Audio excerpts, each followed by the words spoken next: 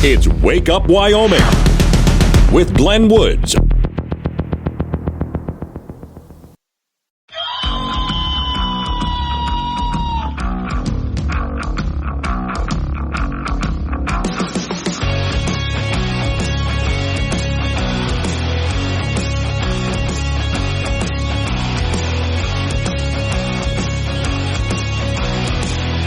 Six to time. It's Wake Up Wyoming. It is a Monday, and man, it's going to be a busy one. Today's show is sponsored by Do-It-Yourself Pet Taxidermy Kit. You'll never have to say goodbye to Mr. Sprinkles again. No, and it's a lot better if you do it yourself. No, it's not. Warning, this show contains reference to guns, liberty, limited government, low taxation, the cult of climate change, free thinking, cigar smoking, short people, rubber chickens, Karen's bureaucracy, liberal buzzwords, tour runs, traffic, toilets, terrible jokes, and more. No apologies will be issued. Guest callers may express any opinion they want without fear of being canceled. Unless you're a loudmouth jerk like Dave, then Glenn will hang up on you.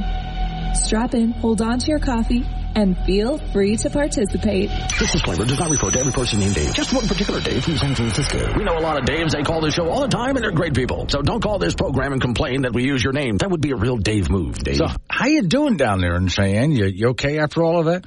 For those who did know, because you were somewhere else in the state, that winter weekend storm, it just mattered where you were. Some people did get buried in snow. Other people were just on the edge of it.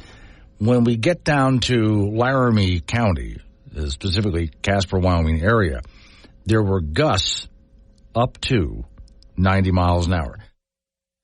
Sustained winds were quite a bit different, but still really bad. Gusts up to 90 miles an hour. One place saw 91. Wow, okay. And that was, again, in the Laramie County area. That's, holy cow. So, yeah, down trees, fences, wooden fences that people have in their backyards blown apart, things like that. Nobody hurt, thankfully, but they went through that all weekend long. You people in Cheyenne, I know you're going to hear a lot of chainsaws. I know you already have during the course of the weekend, but, yeah, you're not done hearing the chainsawing. Quite a bit of repair has to be done. That wind moved into the area and just didn't quit all weekend for those people. Where I'm at, we got some snow. It was a little bit windy at times, but it wasn't horrible. But other people, wow. Now, I'm looking at some of the wind numbers here. I have to take a look at where is Gun Barrel, Wyoming. That was 77 mile an hour gust. Gun Barrel, Wyoming. I'm looking that one up. Yeah, it's actually, it's around the Jackson Hole area. Okay. All right. I hadn't heard about that before. Let's see, Longmont, Colorado, 75 mile. A lot of people in 75 mile an hour range, 60, 70.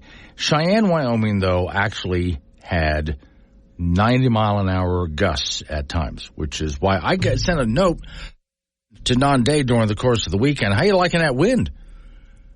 And even our weatherman was, holy cow, this is horrible down here. And it just stayed that way all weekend long. Not even worth going outside at that point. As far as wet goes, yeah, they got some rain. Some wet came down. But holy cow, yeah, that shut down both interstates, too. Well, you can imagine it would. They would start with those high-profile vehicles and start working from there. And if you start having 90-mile-an-hour gusts, they eventually just say, shutting it down. Oh, I did see a post. Let me head over to my reading assignment page here. So this was something somebody put up on Facebook. It says, this is the Belvoir, if I'm pronouncing it right, wind farm, southeast Wyoming. It supplies power for northern Colorado. It has been off for 36 hours. Too windy. Meanwhile, that good, clean Wyoming coal has kept everybody warm. That was a Facebook post that I saw earlier this morning, which I thought was absolutely brilliant. So I'm calling up YDOT just to check it out. And, yeah, everything is – the only really sketchy areas is you're heading from Wheatland to Glen Rock on I-25. Sketchy. That's about it. Also, if you're in Midwest and you're trying to head up to Gillette, from Midwest to Highway 50, That section of road in there is closed. Highway 50 is open, but the road from Midwest, which is 387 to Highway 50, is closed. There's a section of I-25 around that same area that's also just on the sketchy side. But other than that, we're starting to come out. Oh, hang on. There are still some closed roads. I have to look over to, let's see, Lingle, heading up to Lusk. Lusk, you're not going anywhere for a while. According to YDOT, Highway 20 and Highway 85 and 18 around Lusk is just closed. Highway 18 from 25 through the Lost Springs area to Manville to Lusk and all the way out to Nebraska is closed. Yeah, there's quite a few on that side of the state that are just closed down right now, but they got a lot of the snow. All right, so Don Day has his extended forecast, which will be on at 6:45. Then he joins me at 7:45, so we'll get into that. But, that was really something. Now, on Friday's program, I was broadcasting from Cheyenne Studios, KGAB. And I thought as soon as I'm done, I'm leaving because I knew what the weather was going to be. So I thought, I'm leaving. Friday's done. It's a nice day. I'm out of there. And I'm glad that I did that. Meantime, people, before I got off the air on Friday, people were sending me notes. Hey, there was an earthquake in New York. Now, you know about that, of course, right? Okay. So here's a headline for you. New Jersey Senate candidate deletes post blaming climate crisis for Northeastern earthquake. Well, of course, she caught hell over this stupid post. She put this up on Twitter, which we're supposed to call X now. Her name is Christina Khalil, I think is how you pronounce her last name. I experienced my first earthquake in New Jersey. We never get earthquakes. The climate crisis is real. Yeah, and you can imagine the response that she got immediately after that, and so eventually she just took the post down. Someone who knows absolutely nothing about how climate and the earth works blamed an earthquake on a climate crisis. All right. Chet is in Yoder, gun barrel OS between Lagrange and Ranchette. So there's gun barrel there? Okay, because there's a gun barrel that's apparently, let me see what that is again as far as the gun, because I know, okay, he's saying there's a gun barrel over by the Ranchette area, and hang on while I call that story up again. And there's the history of that. There's Wyoming. There we go, 90 mile an hour. I'm getting back to where I had it. I've just never heard of it before.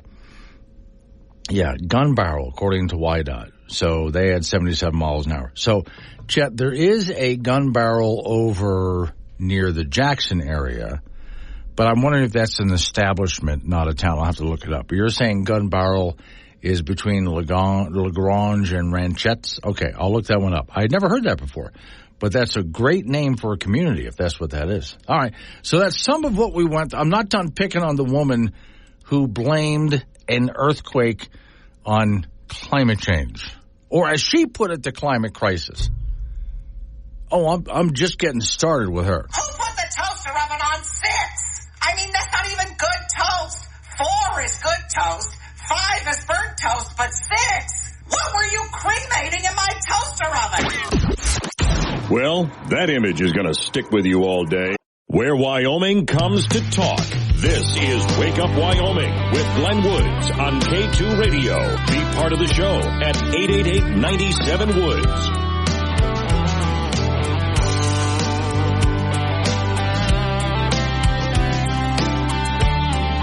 6:22 is the time. It's Wake Up Wyoming. Okay, Chet from Yoder is trying to help me find where Gun Barrel, Wyoming is. Which so far, Chet, it's not showing up on any maps that I'm looking at. I tell you what, so I see Chugwater, and I see Hawk Springs and Lagrange. You know about where I'm looking here? Yeah, kind of guide me from there, because as I scan around the area, there's nothing on the map that says Gun Barrel, but I believe that it's out there. You know the area really well. There's Ranchettes. Iron Mountain, Cheyenne. Yeah, you know the area really well. Just going to take another moment, folks, to sort of scan around Meriden, Albin, Pine Bluffs. There's Burns. I'm heading north of. There's LaGrange again. See, again, there's Yoder. Okay. I believe you that it's out there, just not a single map shows us up. All right, so I mentioned that, folks, if you're just joining me, because I was talking about the heavy winds that they went through in Laramie County over the course of the weekend. So far, Cheyenne had the heaviest gusts at 90 miles an hour, although Gun Barrel may have had 91 mile an hour recorded. But, yes, Cheyenne really got a beating pretty much all weekend long. Sorry, guys. You're hearing a lot of chainsaws. I know. You're going to be hearing them today, too. All right, so, as you know, they've been talking about it quite a bit, big eclipse today, which in watching the weather forecast for the pathway of the eclipse, it depends. There's a lot of clouds up that pathway, but there's some open spaces, too. This is going to be interesting. And I started to listen to one report. So let's say some people had some plans to go see the eclipse today, but the weather is not really conducive to where they wanted to go. Could they cancel? And, well, canceling airplane tickets at this point, forget it. Most hotels kind of forget it. So you might as well go do something because it's too late to cancel everything if you want to go see the eclipse, which made me think about 2017 here in Wyoming. So what I did was I'm in Cheyenne in 2017, and I drove up to Glendo ahead of the eclipse. You got to plan these things.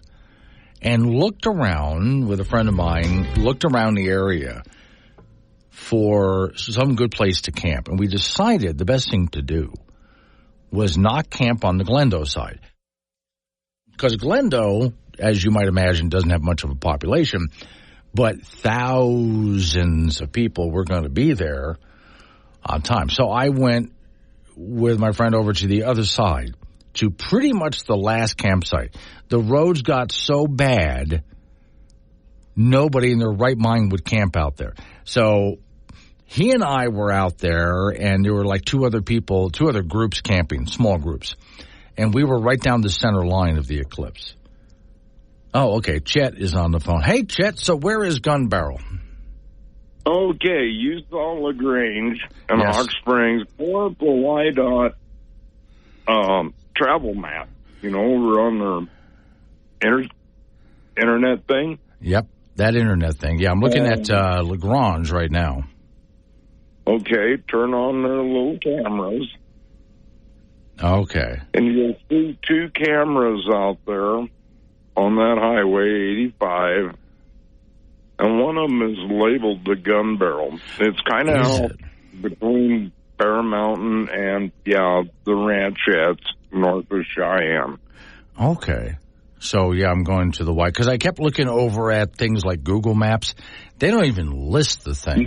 No, but they don't even know they exist. Well, I mean, how many people do? I've probably driven by that many times and never even knew. Is there even a sign out there? No, there's no name for it. Meriden is kind of in the middle of it. Right. No, it's just straight highway. Like I say, there ain't even sagebrush. It's just flat ground. Okay. Was there a town out there at some point? Not that I'm aware of. Okay. But there's a lot of places out through there. We had a stage stop and this and that out at that might have been a place called Midway. Okay. See, a stage stop might have been it, because there have been plenty of places that I've been over the years in Wyoming where it does have a marker, some kind of historic marker, right. And it will say that there's a stage stop that at one point was here, and the area was kind of a big deal. Let me see. There's the Gun Barrel, it gets bad in wind and snow at times. Right. I mean, real bad. So, okay. There's nothing to slow it down. I mean... Oh, no. Not in that area. When I'm itching Chugwater and there's nothing between them, it's, quite a ways. So. Okay. All right. Well, again, you know the area. I'm going to have to see if I can find anything historic about Gun Barrel, because usually, again, if a town or some place has a name, there was at least a camp there at some point. So, or like we were saying, a stagecoach stop, something like that. Right. Okay. So I'm looking at webcams. I still haven't seen it. I did find the webcam for Lovercheck Hill. Okay. The next camera south of that one is Gun Barrel. Okay. Now, actually, you go up the hill at Lovercheck Hill and actually kind of go on to the Gun Barrel right there. Okay. I'll have to go back a little bit later, because the only camera on 85 right now is that one right there that it's showing. But there's got to be others if you say they're out there. So, maybe my Y-dot didn't load properly. I'll try that again and see. Because now I'm curious, you see. See, I even one time drove up, I was sort of south of the Black Hills just a little bit. And out in the middle of nowhere, there's several roads that come together, and there's a sign there that says it was a major stagecoach stop. There's nothing there anymore. So, all right. Thank you, Chet. I got to run the news time. Yep. Coming up on some local business, I-80 John, Morning Glen to Wire Road, Interstate Camera, US 85 Gun Barrel. I'll try again during this news and information break. So Wake Up Wyoming.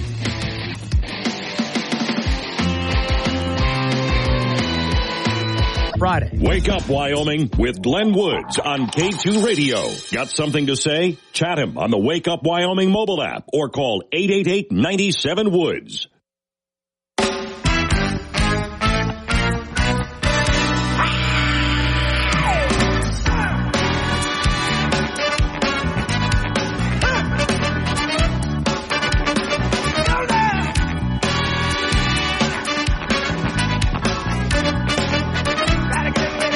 6:36 the time. It's Wake Up Wyoming. My name is Glenn Woods. Thanks for joining me. Thanks, Chet, and thanks to I-80 John. And let me see what note Bill sent me over here. I'm just talking to all sorts of people this morning because we're looking for a lot of important stories. But, I did find that, Bill. Yes, I did. It took me a little bit, but all of a sudden, because Y-Dot didn't bring up the camera, I had to sort of reload the page. For those who wonder what the hell I'm talking about, and Bill's in Cheyenne, thank you, Bill, for that. I did find Gun Barrel, Wyoming. I was looking at who had the worst wins over the weekend. Cheyenne, you did not win. Your winds gusted on more than one occasion up to 90 miles an hour. That's why Cheyenne is hearing a lot of chainsaws today, and was yesterday, too. All of that work that needed to be done to clear up all damage, a lot of damage. Trees down, fences down, things like that. But you were beat by Gun Barrel, Wyoming. Where the hell is Gun Barrel, Wyoming? Well, I have been there. Chet let me know where it is, and so did I-80 John and Bill in Cheyenne. And I finally found it on a Y-Dot map, finally after reloading the page that the camera came up. And I have been through there several times. So if you're heading west of Cheyenne on Highway 85, which is also called Torrington Road, now there is an area that's like a triangle, because there's also State Highway 216 and County Road 149, I believe that is. Kind of hard to see. It's small. In that area, the roads come together in sort of a triangle. And if I remember right, there's also some big tower there with all sorts of equipment on it and so on. So I'm going to go ahead and click on the Y-Dot camera right now for Gun Barrel. And, I've been to this intersection before. That intersection is called Gun Barrel. Now, I'm going to have to look this up because, guys, I'm curious now. If it's called Gun Barrel, if it's named, usually there's a reason for the name. One possible, just a theory of mine, is it used to be a stagecoach stop or something like that. But it looks that way because if you got three different highways today that intersect right there, it's usually, in most cases, because it was an intersection in the past. And that could be one of your stagecoach stops or something like that. I will go and find out because I'm curious now, how did this area get the name Gun Barrel? But at that intersection where that YDOT camera is and that tower and so on that's there, they have some weather recording information. And that's where a gust of 91 miles an hour was recorded during the course of the weekend as, again, southeastern Wyoming was just pummeled by wind. I know you guys got some rain out of this. In other parts of the state, this is why if you go around the Torrington and Lusk and so on area, around in that area, there's still some highways closed back there. They'll probably get them open today, but that area is a higher elevation area, and not mountains, but higher elevation. And so they got a good amount of snow. And then some people are still getting a little bit of weather out of the system as it moves out of the area.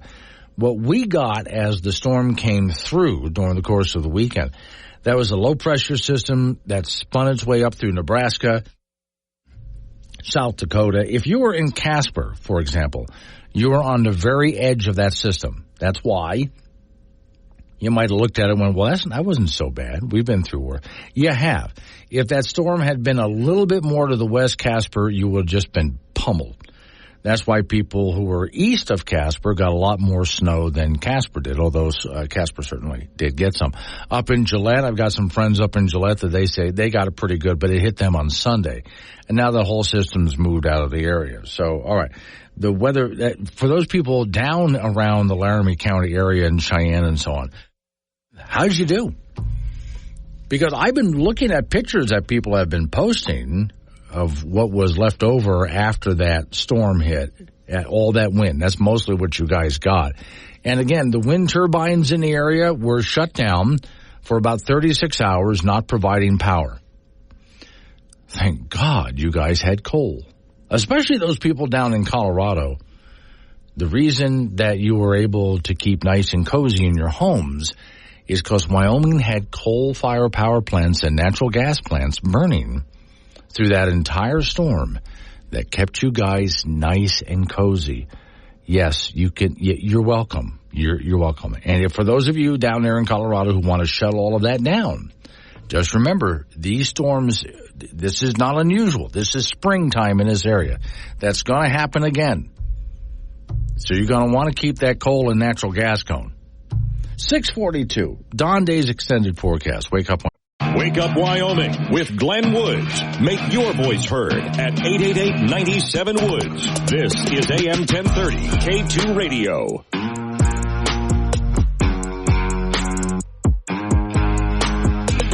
.648's the time. Wake Up Wyoming. Off we go to the icebox. Frank Gambino has been waiting by.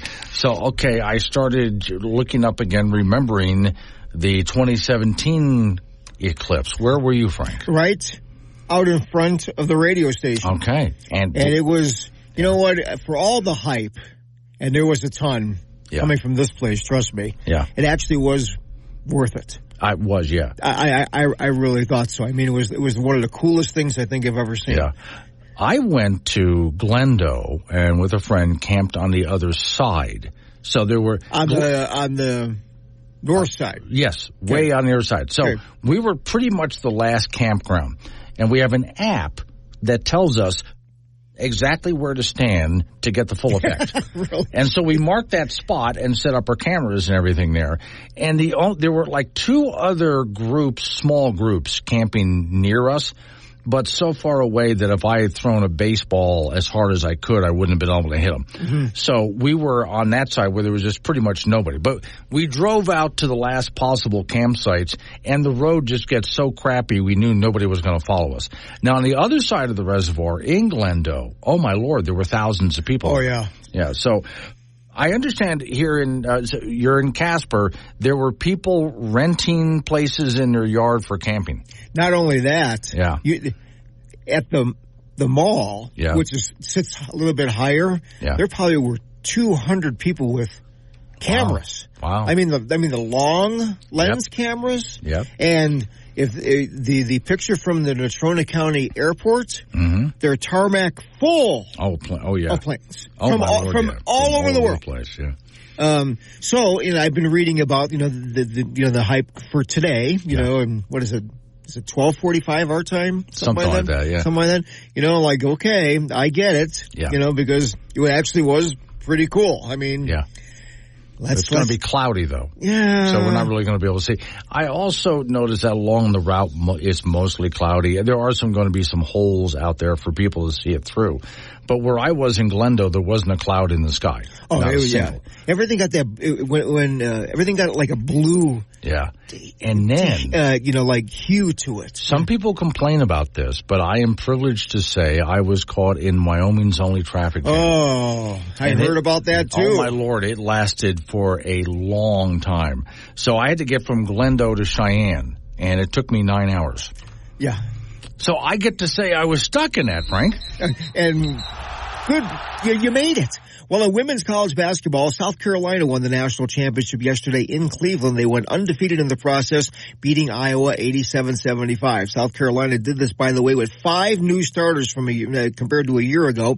And interest in women's basketball certainly has grown by leaps and bounds thanks to Iowa player Caitlin Clark, who did have 30 points in yesterday's game. She leaves the college basketball world with 3,951 career points, the most of any female or male player in Division I. The men's NCAA basketball championship will be tonight in Arizona. The two number one seeds will square off as defending champion Connecticut will take on Purdue. UConn has been dominant all year and looking to be the first repeat champions since 2007. Purdue has 7'4" Zach Edey, who in all likelihood will be the player of the year in men's college basketball. The huge National High School Coaches Association wrestling tournament was held in Virginia Beach over the weekend. Dane Steele of Sheridan took second place at 160 pounds, losing to Kendrick Hodge of Florida 6-4. That was Steele's only loss this season, and it is rare that a Wyoming high school wrestler can make the finals at Virginia Beach. It's just a huge tournament. Steele gets All-American status and is also the reigning Gatorade Football Player of the Year. He committed to Montana State. In girls high school soccer from over the weekend, first on Friday, Natrona and Jackson played to a 3-3 tie. Kelly Walsh bombarded Star Valley 10-0. Laramie shut out Thunder Basin 3-0, and Sheridan over Cheyenne East 3-1. Campbell County beat Cheyenne Central 3-0. On Saturday, second-rated Kelly Walsh beat number 1-rated Jackson 3-2. Natrona drilled Star Valley 8-3. Campbell County over Cheyenne East 3-1, and Cheyenne South stunned Thunder Basin 1-0. In high school track and field from Friday, Kelly Walsh hosted a big meet at the Harry Galdine Stadium in Casper. The Natrona boys finished first in the team standings as Caden Lee won the high jump and Kevin Hoff won the pole vault at 14-6. Kelly Walsh was fourth on the boys' side as Landon Walker won the triple jump, and Caleb Ortberg took first in the 110 and 300 meter hurdles events. We'll have the girls' results tomorrow. In Major League Baseball, the Colorado Rockies 2-8 on the year after a narrow 3-2 loss to Tampa Bay yesterday. At the plate, the Rockies struck out 15 times, and they'll be at home tonight to meet defending national champion Arizona. What they should have done in Cheyenne is had a track and field event, and the long jump, if they had the winds to their back, it would have been... Well, I went on Friday, and it was calm. Oh, no, Friday was. Yeah, Friday was a beautiful day. They had gusts up to 90 miles an hour. Yeah, there's trees down all over the place. Yes, if Saturday they had done like long jump competition with the winds at their back. They could have gone 40 feet. We would have been breaking world records. Yeah. So you got to plan these things. Yes. Right. Thank you, Frank. Coming up on some local business we have to take care. We're going to roll into news time after that. National local update on your weather forecast. Wake up, Wyoming.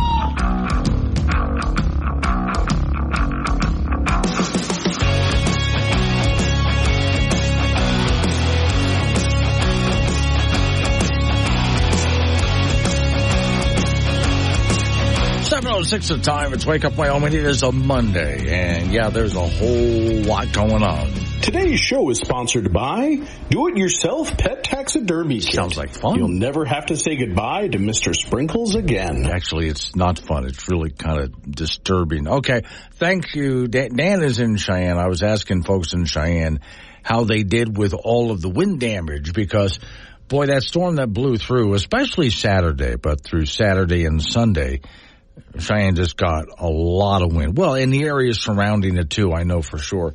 Gusts were recorded up to 90 miles an hour. Trees are down. There was one picture of a house where I saw a big tree landed on top of a house, but I'm not sure what damage it did to the roof exactly. Dan in Cheyenne says, neighbors on both sides of me lost parts of their fences. My fences are intact. I had a house in Cheyenne that before I bought it, the wooden fence around the back had been redone. But they put these big metal poles down so besides the wooden post that would go in, it would be accompanied by a big metal post. And they drove through huge screws, if you will, to go ahead and shore that up to make sure wind couldn't really blow that down. So and of course it was all cemented and everything. I'm thinking whoever owned the house before had a really bad wind event that knocked down the fence and they just weren't going to go through that again. All right. Speaking of this, I'm not done. I said at first hour of the program, I wasn't done picking on this lady. Friday's program, I was in Cheyenne broadcasting from the studios of KGAB. And people near the end of the show start sending me notes. Hey, there's been an earthquake in New York, felt all the way in New Jersey, which, by the way, the earthquakes in that area will feel different than the earthquakes in California because the geology is different, right?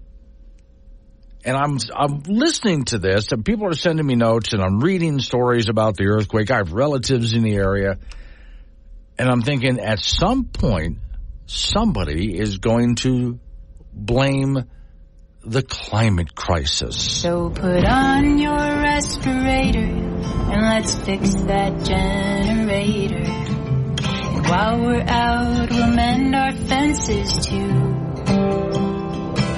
See, I'm not afraid of dying, just got reasons for surviving. I want one more day in the apocalypse with you. Yeah, this woman had to take down this post, although I think the damage was already done. Here's the headline. New Jersey Senate candidate deletes post blaming climate crisis for Northeastern earthquake. Story says, social media erupted with criticism of a Green Party member, of course, Green Party, who is candidate running for Senate in New Jersey, so she has no chance of winning. She pointed to the climate crisis as the reason behind an earthquake in the Northeast. New York Post reported Saturday, Christina Amarillo-Colley, I think is how you pronounce her name, wrote the post not long after the area felt the quake on Friday. And here's what she wrote. I've experienced my first earthquake in New Jersey. We never get earthquakes. The climate crisis is real. So, does she not know it's caused by tectonic plate shifting? And while earthquakes are unusual in that area for us on a geologic timescale, it's not unusual at all. In fact, places on that part of the country can have really big earthquakes. It's going to happen at some point. Don't know when, but at some point, geologically, it has to happen. So, and social media users were quick to share their thoughts on her message. Quote, she probably thinks Guam is going to flip over too. More lies to scare everyone.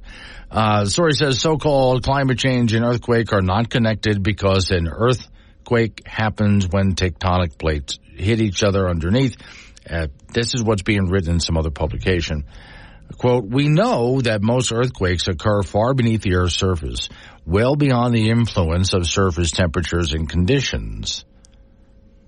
According to NASA's Jet Propulsion Laboratory, quote, we know the statistical distribution of earthquakes is approximately equal across all types of weather conditions, so it's a myth.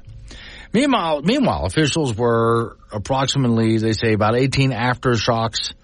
There's a 4.8 magnitude quake. And again, because of the geology of the area, it can feel more intense, much like, speaking of winds, since you in Laramie County were experiencing a lot of winds over the course of the weekend. Well, I one time had a conversation with Don Date on here because a hurricane was hitting Florida. and the hurricane had winds at like 60 miles an hour. Well, that's just Thursday here in Wyoming in the springtime, so I knew the answer, but I wanted to hear Don Day say it. So when I had him on at 7:45, that I do every single morning, I had to ask him, why is it different? And his answer was what I thought he would say. Because here in Wyoming, we're at a much higher altitude. So for those who are experiencing gusts up to 90 miles an hour over the weekend, imagine what that would have felt like at sea level, where the air is a whole lot thicker. A lot thicker, yeah.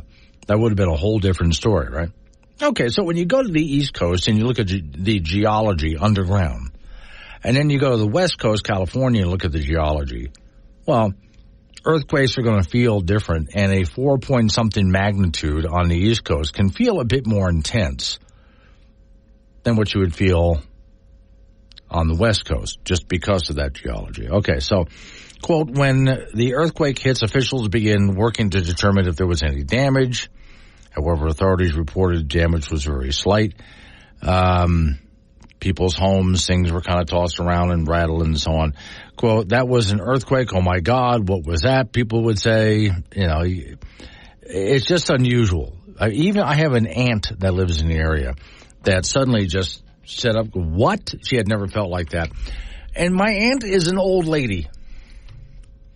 So she had gone through all of her life with never feeling one and finally did. But at least my aunt knows it's not because of a climate. I still love what this woman wrote. I experienced my first earthquake in New Jersey. We never get earthquakes.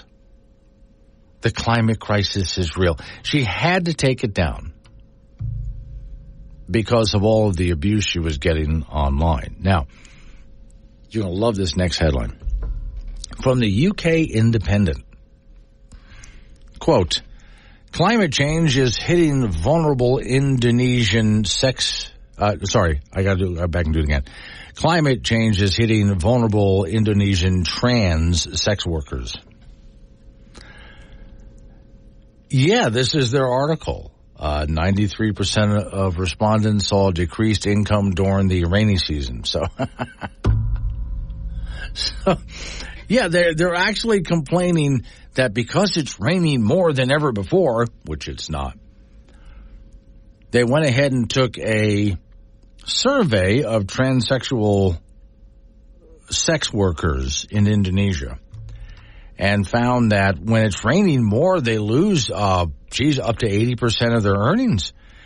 And that's because of climate change. So you see, that's happening to Indonesia transsexual sex workers because you drive an SUV and we burn coal in Wyoming. Welcome to Woke Radio WOK. Let's look at today's calendar and see what we're offended by. Or you can go outside and play it by ear. Just make sure everybody feels as miserable as you. Glenn Woods. He talks to you, not at you. Be part of the show at 888-97-WOODS. This is Wake Up Wyoming on K2 Radio.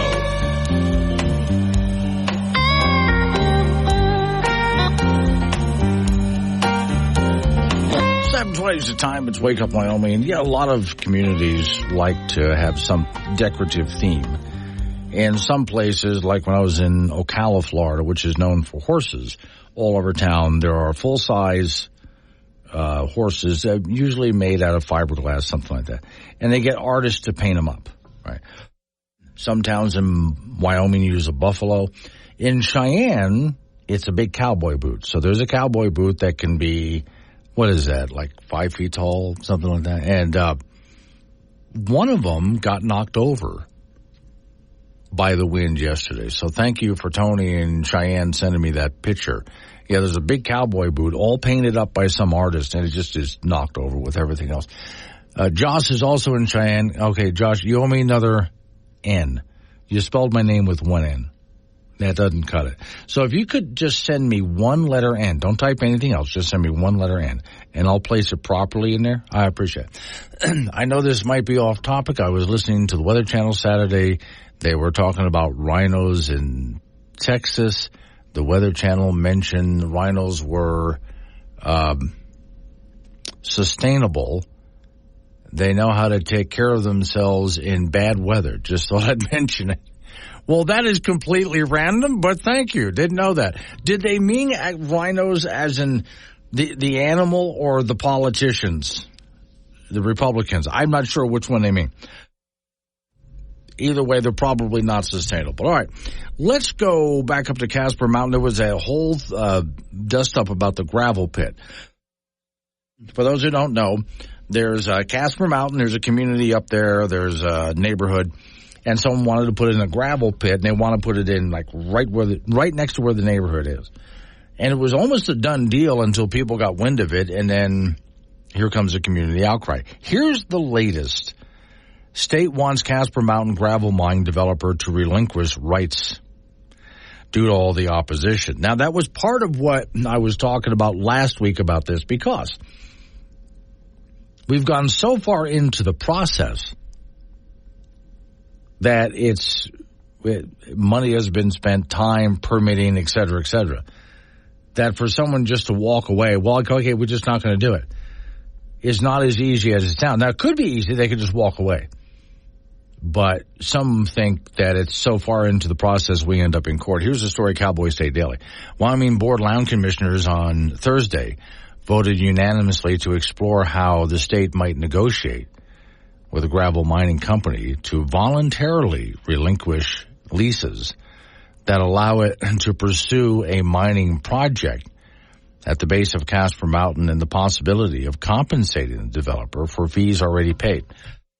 I think that's a big part of it there, because the company already paid a lot of fees, and that includes the whole permitting process. And have they paid on that lease already? I bet they did. They would like that money back, plus all of that money they put out was supposed to be an investment. So they just got back the money they put into it, then didn't they lose a lot of interest or whatever else you might say?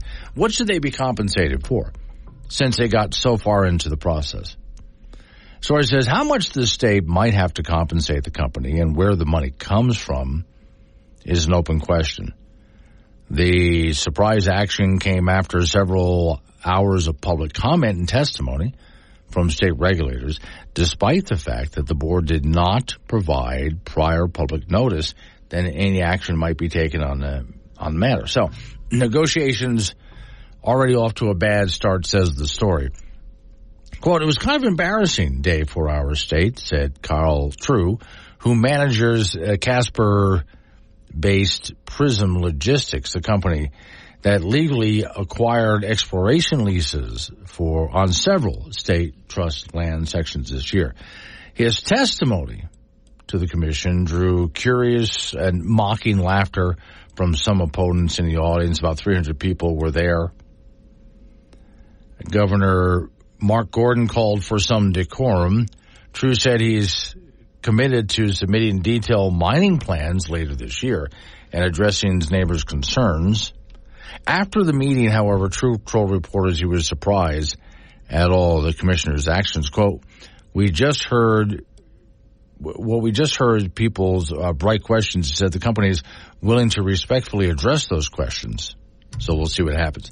But can they go ahead and negotiate the way out? Now, I'm looking at some of the people on the state land board, and there's Governor Mark Gordon, and there's the Secretary of State. The board and land, because they were doing this in Cheyenne, in other words. The board and land commissioners made up of Wyoming's top 5 elected officials. So the governor, the auditor, the treasurer, the Secretary of State, and the superintendent of public instruction.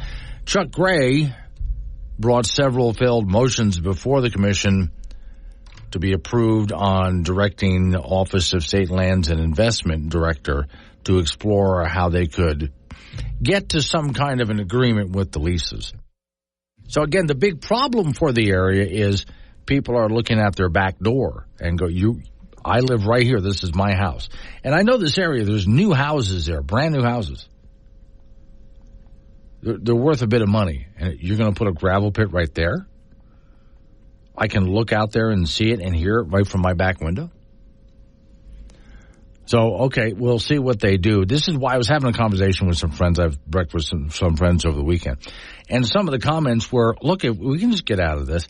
The problem is the process has gone so far, And money has been spent, again, on leasing, on permitting, all sorts of things. These companies have put a lot of time and money into it. So we would have to get them to agree to just say, okay, fine, we'll give this up. But they're going to want some of that money back, which I think would be fair.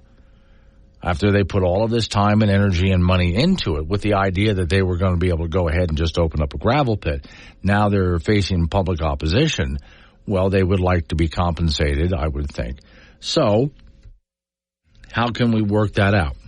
And that's where we are right now for those people in Casper who've been following this. Because for those up in Casper, it has been quite an issue. I know in the Laramie County area, they went through the same thing with a gravel pit being opened by close by to some people's homes and a neighborhood, although that neighborhood is a smaller neighborhood, but still.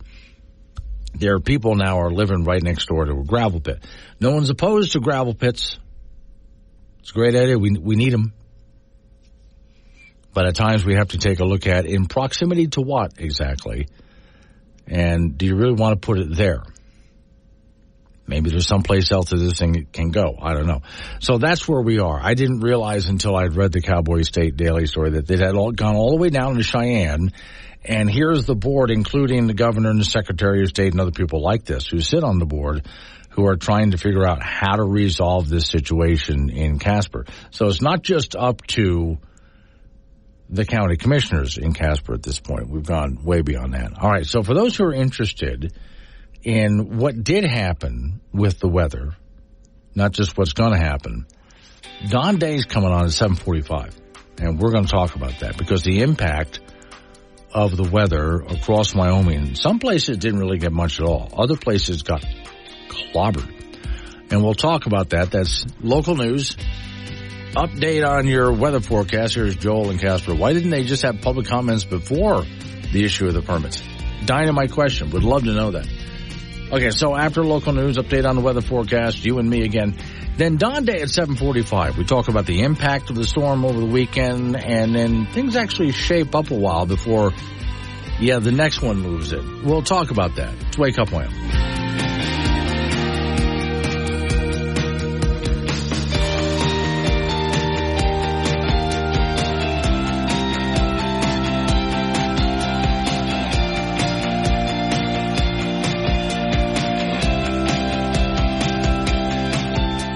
This program is intended for immature audiences only.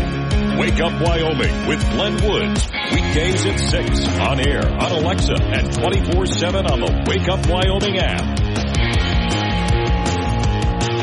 Time 7:36. It's Wake Up Wyoming. It is a Monday. Don Day's on 7:45. We'll talk damage from the winds and all of the weather that happened during the course of the weekend, and then we'll get into the weather for the rest of this week and what's coming next. Now, I have to object just a little bit to, here's a headline.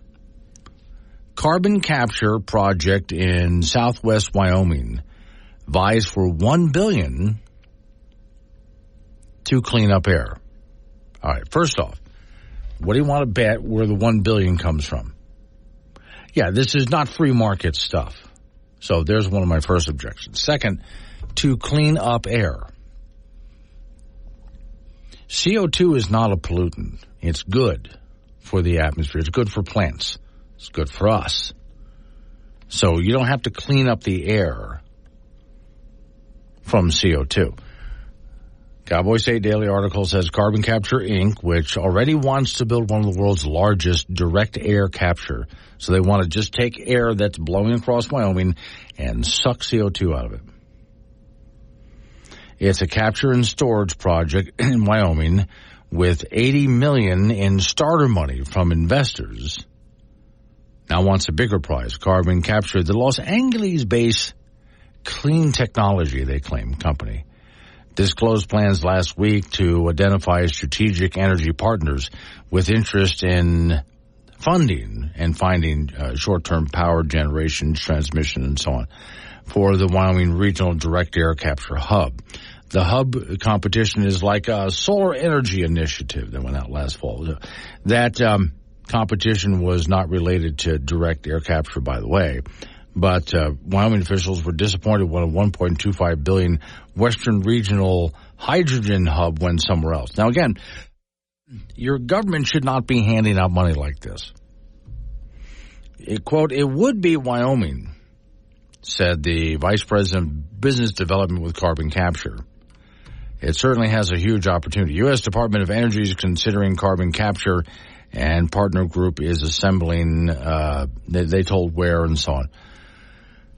The DOE wants the board additional projects to, again, directly suck CO2 out of the air. And then it talks about jobs created, stuff like that. Well, not only does your government not have money to do this, okay, once again, we have to get over this idea that CO2 is a pollutant. It is vitally important for the health of this planet. When CO2 is low, plant life is low. It's basically like airborne fertilizer. It's good for the planet. But we have this idea now that it's this horrible pollutant and we have to get rid of it and suck it directly out of the air, which is a project I'm hoping never gets off the ground. Right now, it's not a project that's happened, but it's being proposed, and I hope it never gets off the ground. Also, just general carbon capture and sequestration around the world has not been working out well for all sorts of various reasons, which is a good thing that it's been not working out well. It also raises your energy rates. The more they do this, the more your utility rates go up. Yeah, but they keep on pushing this whole idea. So, yeah, $1 billion, and I, again, object to that line in the headline of the story, to clean up air. The air does not need to be cleaned up from CO2 because it's not a pollutant. And, again, if anything, we need more of it, not less of it. All right, again, lots of wind in southeastern Wyoming during the course of the weekend. I mean, really windy. And some of the wind gusts, not the sustained winds, but wind gusts hit 90 miles an hour. And it did that throughout most of the entire weekend. Now, because of that, of course, there's damage done. Good news is, it's good news but bad news. That part of Wyoming doesn't have a lot of trees. So not many trees can get knocked down. But other damage can be done. So that means people are going to be putting things back together.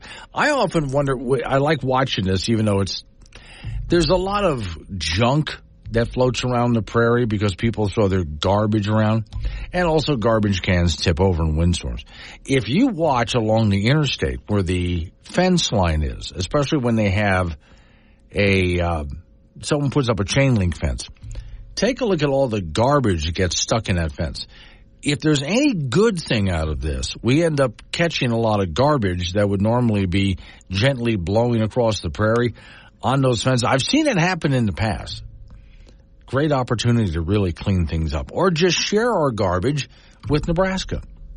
I mean, why not? If you wanted to send mail to Nebraska, you could have just taken the letter and thrown it up in the air yesterday, and it would have gotten to Nebraska, maybe not for the house you're aiming for.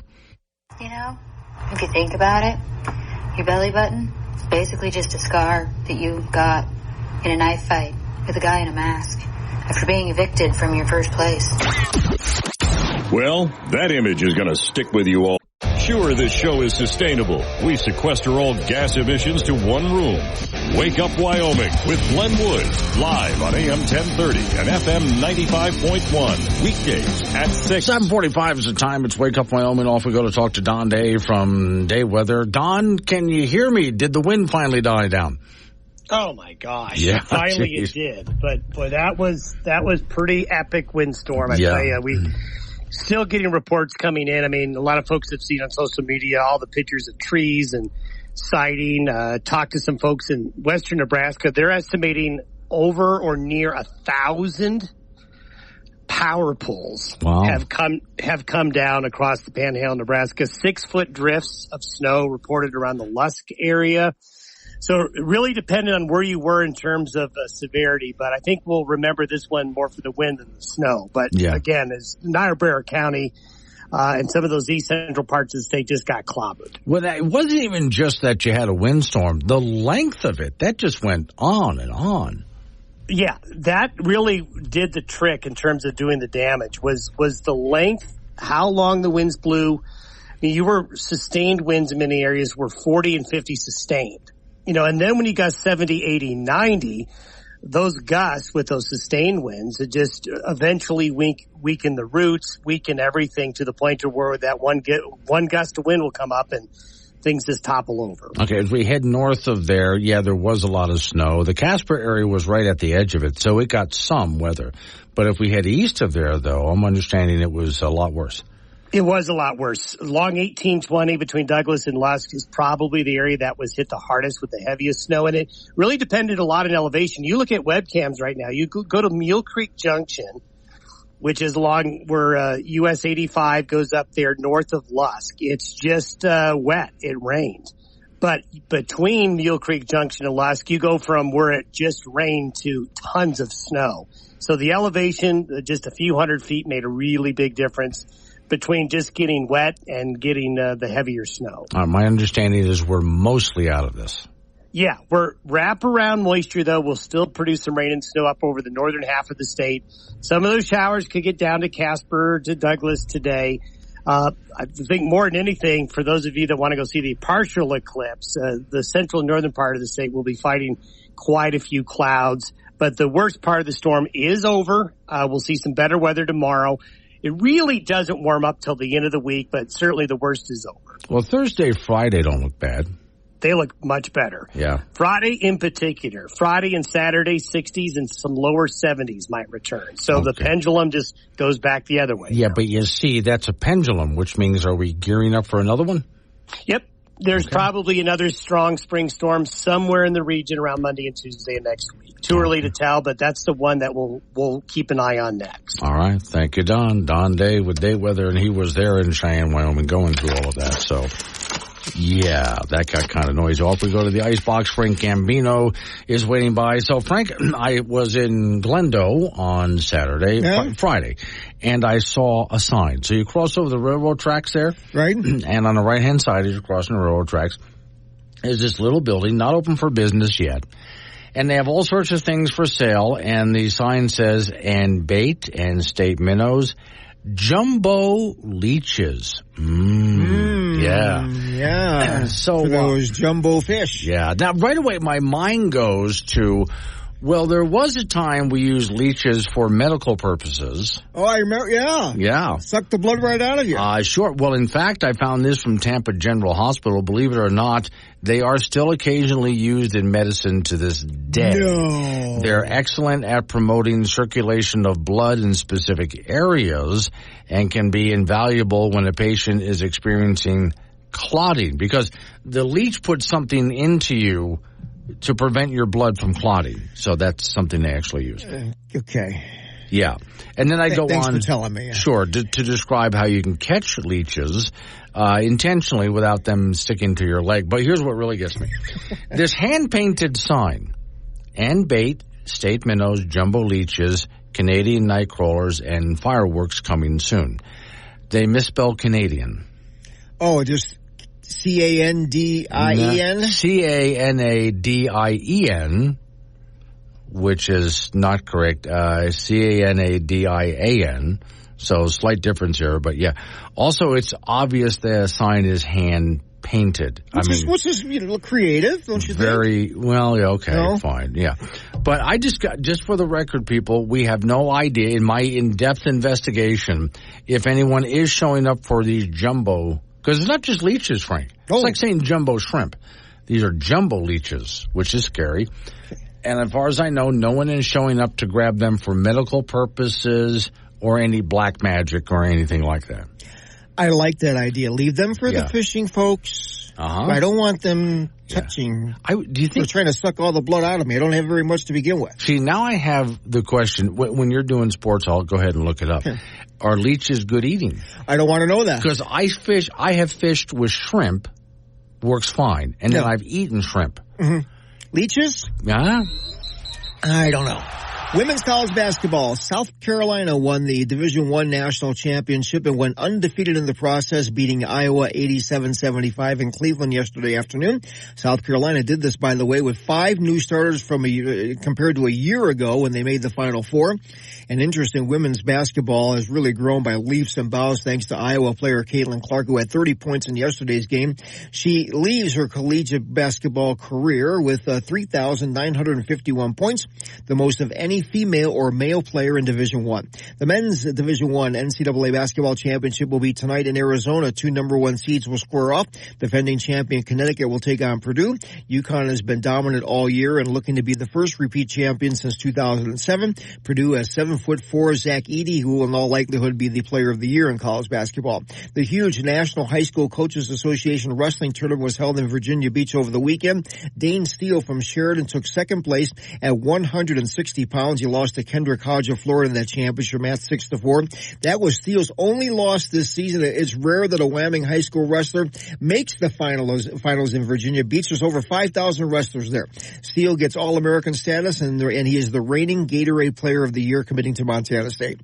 Girls high school soccer from over the weekend. First on Friday, Natrona and Jackson played to a 3-3 tie. Kelly Walsh bombarded Star Valley 10-0. Laramie shut out Thunder Basin 3-0, and Sheridan over Cheyenne East 3-1. Campbell County beat Cheyenne Central 3-0. Then on Saturday, second-rated Kelly Walsh beat number 1 rated Jackson 3-2. Natrona drilled Star Valley 8-3. Campbell County over Cheyenne East 3-1, and Cheyenne South stunned Thunder Basin 1-0.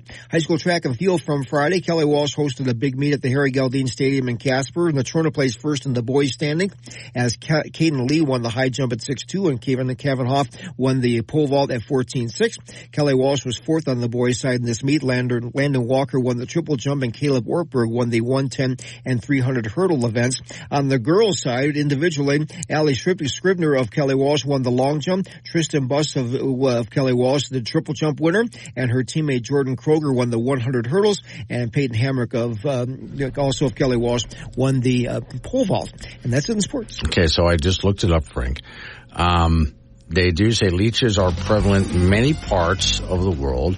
They can be eaten for survival, but make sure that you either cook them or chew them all the way, because it's dangerous if they're not chewed thoroughly. The best way to eat leeches is to grind them up into a paste and fry them with a little oil or butter. I don't even know what to say. I'm not even hungry now. Not even. I just put you on a diet, didn't I? Yeah, I'm done. Yeah. So thank you, Frank. Coming up on some local business. Well, now you know this. Take that information to work, and you have something to tell everybody. Kevin in Wheatland, those are French-Canadian leeches. How do you know, Kevin? Do they say A between every word? How do you know? Let's Wake Up Wyoming.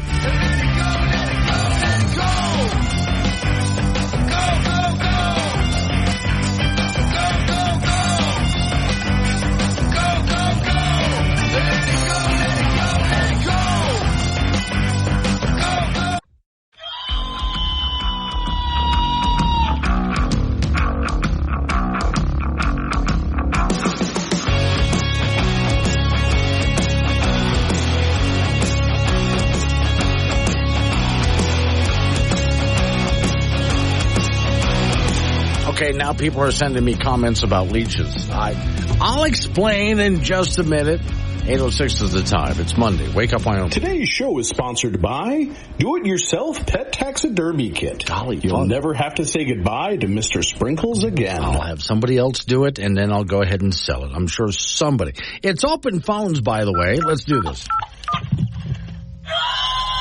Warning. Wake Up Wyoming is about to enter daily open phones. This means that anyone will be allowed to call in and talk about anything. I mean, imagine if we actually allowed you on air to say anything you wanted. Scary, right?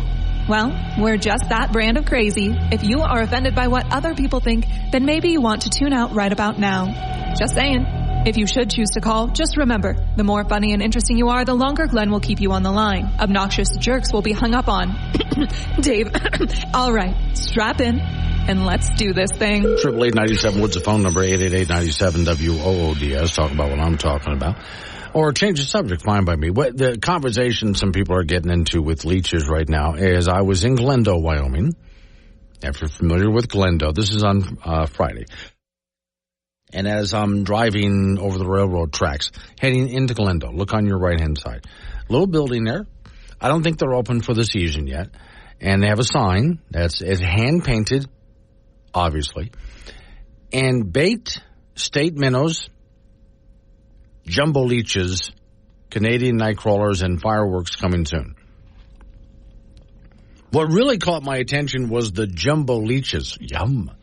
And so I started to look up a little bit about leeches, how to catch them, like these people do. They are great for fishing, by the way.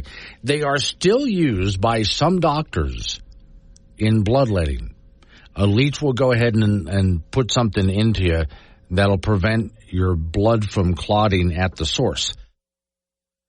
And there's times doctors want that to happen, and leeches are just great for that. So it's not that we stop using leeches in the medical community.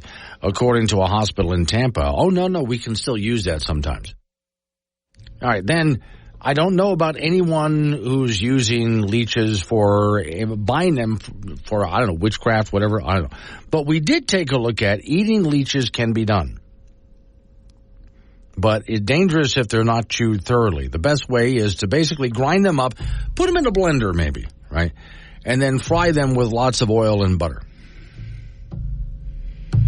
You go right ahead and try that and get back with me on that. Let me see. From Douglas is sending me a picture. A county line. Oh, okay. We're looking at snow here? Wow. Okay. So you're showing me county line heading north on 59. Yeah. There are some places with this weekend storm that got just absolutely clobbered with wind. And it was not just a matter of winds gusting up to 90 miles an hour. It was how long it just went on and on. And then there are some people who got a lot of snow out of this. If you're someplace like in Casper, then you were just on the edge of it, you got some snow. But east of there, wow, did they get a lot of snow and it blows around. Now, roads that are still closed right now. If, let's say, you get off at Orange Junction, that's on I-25, you get off at Orange Junction, and you try to take Highway 18 going east, never mind. And that becomes 18, goes through Lusk and becomes 20 and goes all the way to Nebraska. That's all closed. Also, Highway 85, which is north and south and runs through Lusk, that's closed. And what's the other one here? There's another highway that runs parallel up through Manville, north and south. Okay. That whole area there is closed, and they got just a ton of snow. So if you're in places like Lost Springs, Manville, Lusk, in that area, Hartville, you're just not going anywhere. Because at the moment, Lingle, you might be able to get out if you head to the south. Everybody else is just closed down right now because of all the snow that's piled up. All right, 888-97 Woods, the phone number, 888-97-WOODS. From Cowboy State Daily, Park County Republican Party censures Governor Mark Gordon over vetoes. They censured Mark Gordon once before. I think it was also Park County Republicans. All right, here's the story. Park County Republican Party has been active in censoring and calling out some Republican lawmakers and made Mark Gordon its most recent target on last Thursday, censoring the governor for vetoes he made to bills passed through the recent legislative session. Now, the censure is basically just a sharp disapproval from the Park County Republican Party. We disapprove of what the governor did, strongly. The sharply worded censure passed on a 62-24 vote after about 45 minutes of discussion and was mostly focused, the story says, on 3 of Gordon's vetoes, most notably his killing of a property tax relief bill with the legislators. The resolution states that it's censuring Gordon in the strongest possible terms for his lack of empathy and treatment of Wyoming citizens and homeowners, while at the same time promoting unconservative big government. A spokesperson for Gordon said he isn't backing off what he said about the property tax bill. Quote, Gordon stands behind his decision to veto what he sees as flawed legislation reinforced in this document. Republicans want true tax reform, not temporary wealth distribution, says Gordon. Gordon signed 4 other bills addressing property taxes, different property tax relief bills.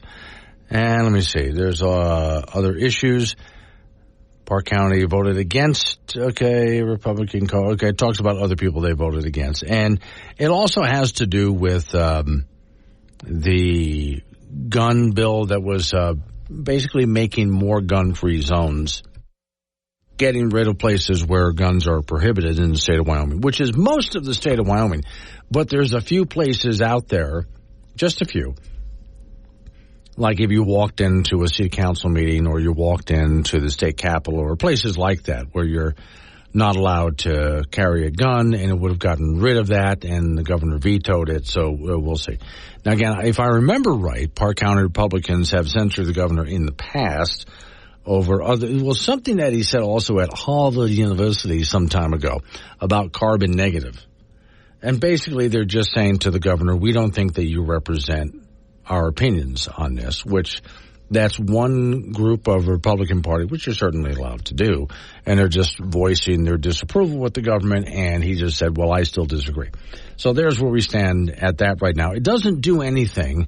A notice of censuring like that is just letting their feelings be known. It doesn't actually do anything beyond that. And the governor responded, what is this, Big Red in Hawk Springs? These, by the way, if you hear me responding to this and you don't know, these are people who are sending me text messages off of the Wake Up Wyoming app. You can do this. You can go ahead and download the Wake Up Wyoming app for free. And when you open it, there's all sorts of options that are free, including listening to old shows. So you can go ahead and text me or send me pictures or links. Really? Okay. So this is Big Red in Hawk Springs, and he is just clear as a bell. This is a picture he's taken while driving, and it's just clear as a bell. I mean, absolutely clear. And yet, I get another from the Douglas area on Highway 59, and that road is a bit of a mess right now. So I guess it just depends on where you are in the state as to whether you got clobbered by a whole bunch of snow or not. Yeah, I was right on the edge of it. I got some snow, but it didn't stick to any pavement. But at least I got some snow out of it. If anything, it hit a lot of the prairie areas, all of the wet, whether it was rain or snow, and we definitely needed it out there. You mind if we ask you a quick question? Sure, go ahead. What you got? We're doing a survey, and we're asking people, what would you do if somebody broke into your house with the intentions to rob and harm your family? Oh, I'd call 811. 811? You mean 911? No, 811, because I'm going to need to know where to dig a hole.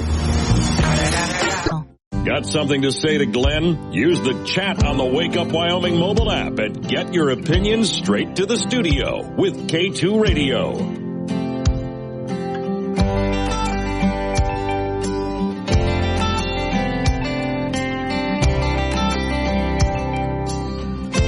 Hey, 20 is the time. It's Wake Up Wyoming. My name is Glenn Woods. Thanks for joining me. So 888-97 Woods, the phone number. That's 888-97-WOODS. You can talk about what I'm talking about. Change the subject, fine. I'll just kind of roll with the whole thing. So, all right, here's an interesting story. It's a Cowboy State Daily article, but Wyoming truckers say new federal EV rules are unrealistic and asinine. Not my words, their words. So they went around and talked to Wyoming truckers. So they the Cowboy State, the story says, hasn't fully embraced the adoption of EVs and spending millions of taxpayer dollars on charging station and infrastructure.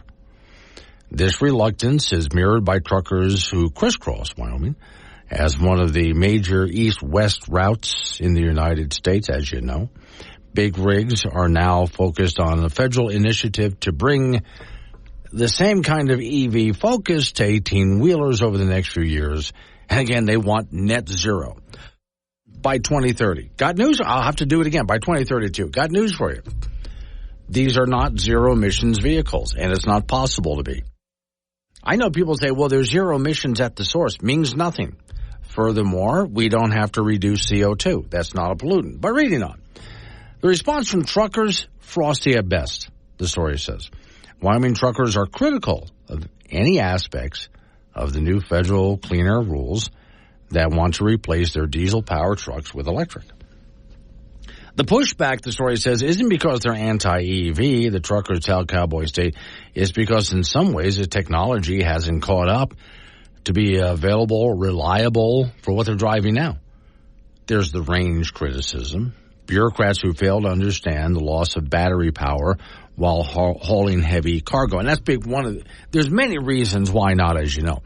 But as we've talked about before, once you put a heavy load on these batteries as far as pulling something, their range dies significantly. The story says the hoopla. Yes, they use the word hoopla.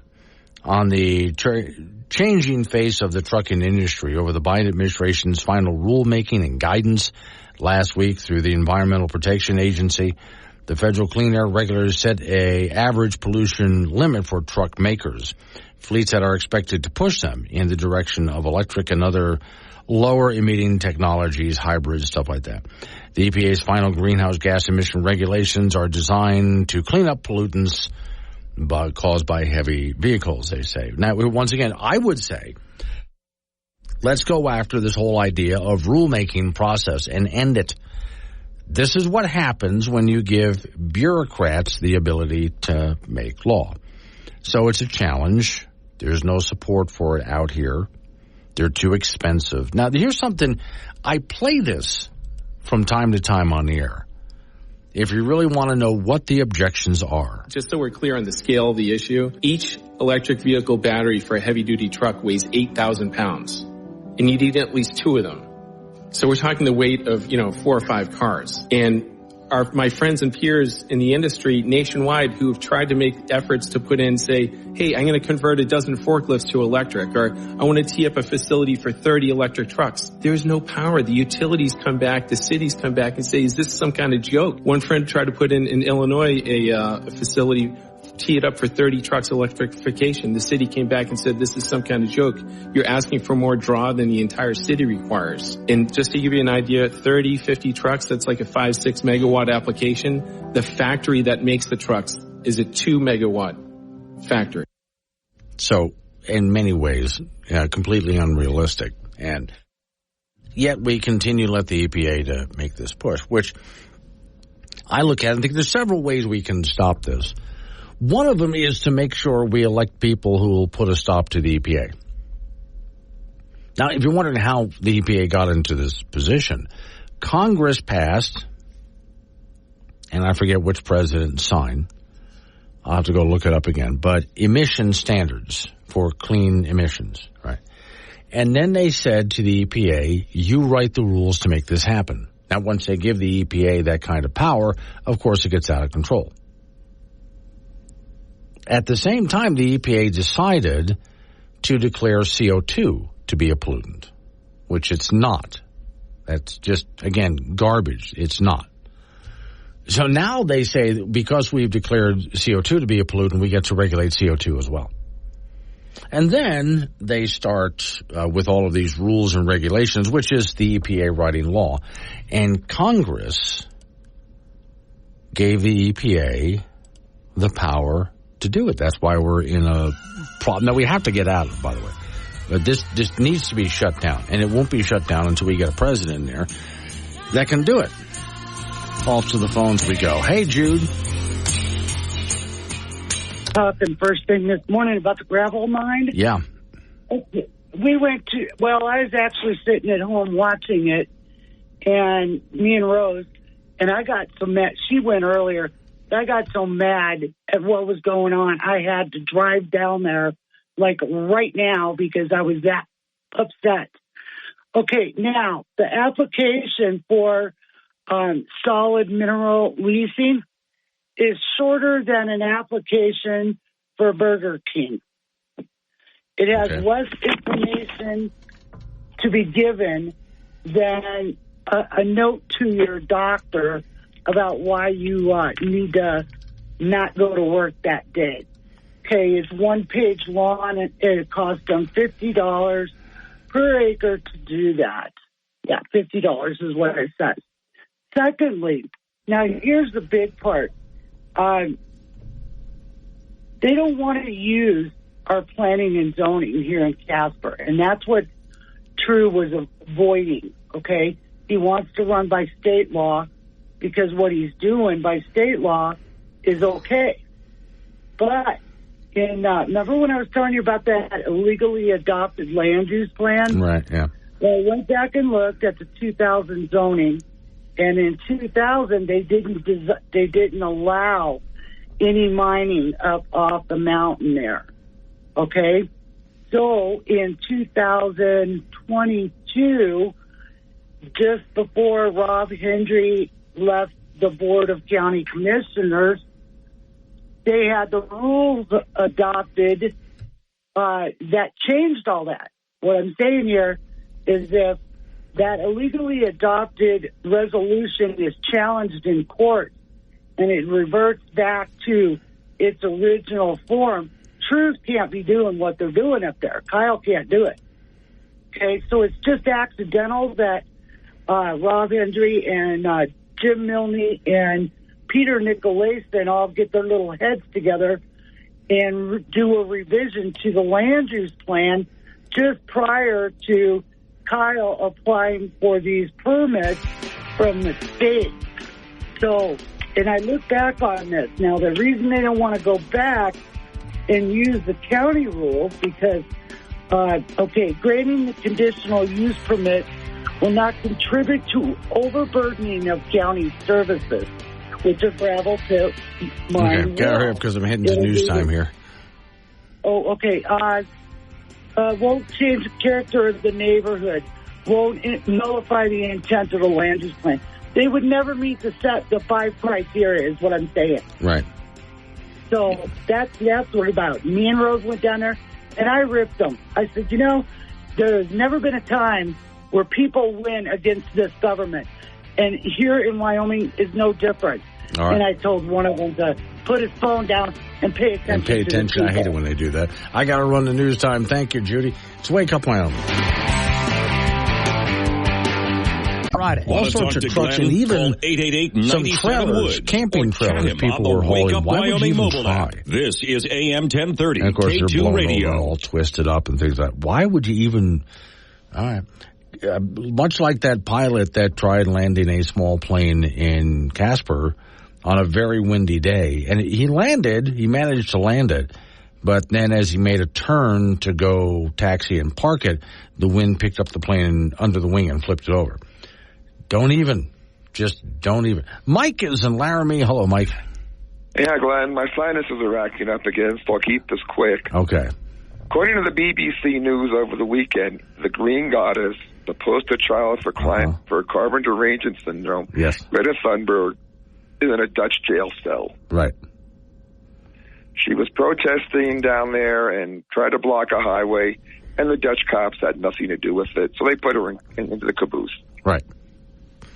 I hope they keep her there for a while because normally... I do, too. Yeah, normally when she gets arrested, it's for the cameras, and she's out within a few minutes. Yeah, but this one mentioned she did the perp walk into a van and was driven away. Yeah. But I was wondering, how does she get from Sweden to Holland? Oh, she works with all sorts of groups, so... I mean, did she fly? That's what you're getting at. Because I know when she made the trip around the world, they put her on a boat that had sails, and it just took her a long time. But, did she get on a jet plane? Good question. That's wondering, did she drive? Yeah. Did she go by train? I mean, in any case, there was a carbon footprint. Oh, absolutely, yeah. If she really cared, she would just stay home. Not do anything and hold her breath while she was at it, too. Yeah. And another thing, down in Switzerland, wolves have introduced themselves again.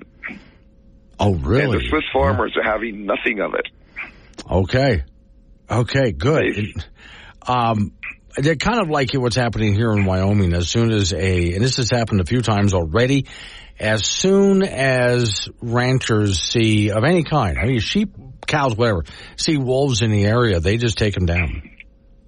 Yeah, well, The Swiss farmers managed to get their legislature to pass the bill that allows them to kill the predatory wolves when they're seen killing livestock. Yeah, and all the bleeding hearts of the cities are complaining about it. Yeah, I'm looking up right now and see.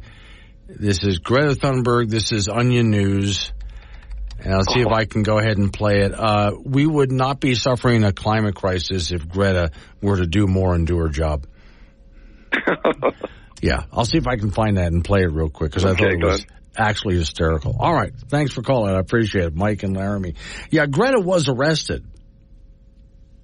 I found the bit. I'll see if I can play it here. Greta was arrested once again, but usually when she's arrested for something, she's just thrown back out on the streets with it. And the whole arrest was just for the cameras. So I want to know this time, do they keep her behind bars for a while and actually try to teach her a lesson? Not allowed to block traffic. She was with the Extinction Rebellion group. Climate change is here now. Floods, droughts, once-in-a-century storms. And the frustrating part for me as a climatologist is that this could all have been avoided. Scientific consensus is clear. There is a way to reverse course. And that is for Swedish climate activist Greta Thunberg to try a little harder. People get caught up in altering their personal habits by driving less or eating less meat. But the reality is this is all in Greta's hands.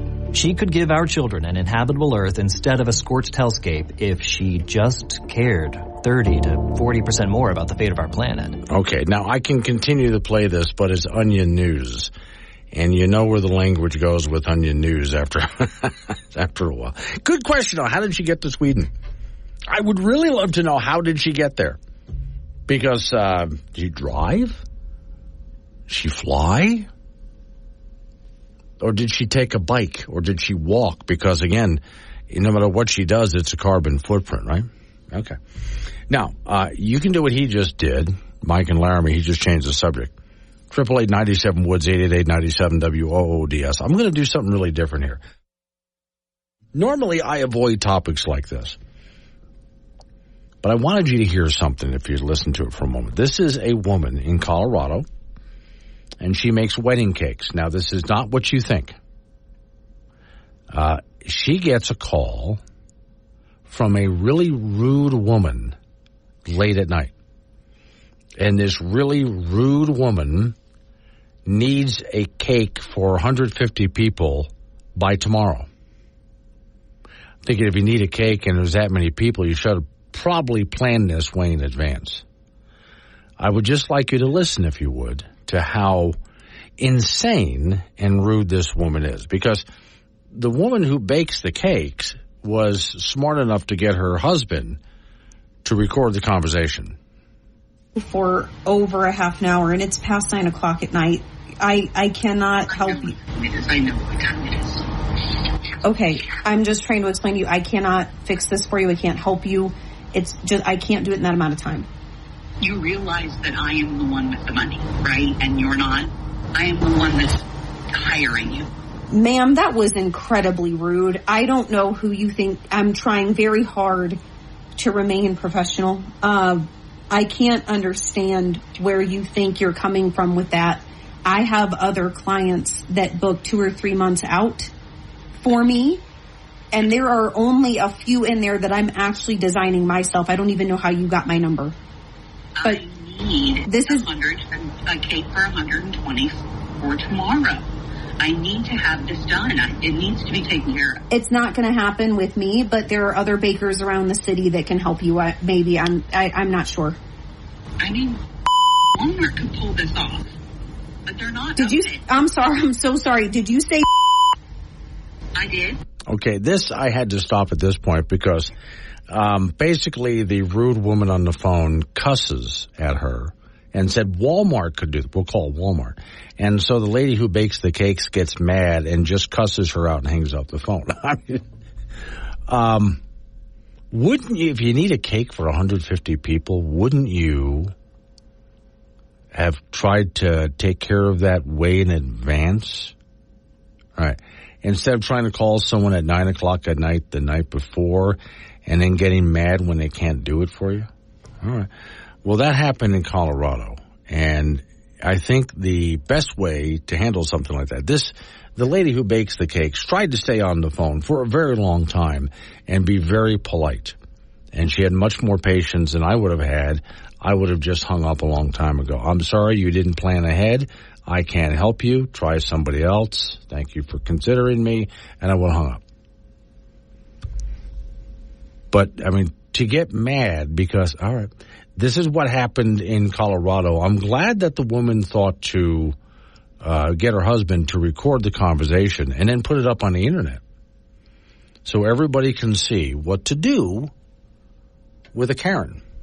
Morning, Greg. Greg just sent me a note, which I'll answer on the air, but I got to get a couple of things done first, Greg, and that includes talking to Frank Gambino. It's Wake Up Wyoming. Wake Up Wyoming goes anywhere you do with the Wake Up Wyoming app. Free download for Apple and Android. This is K2 Radio.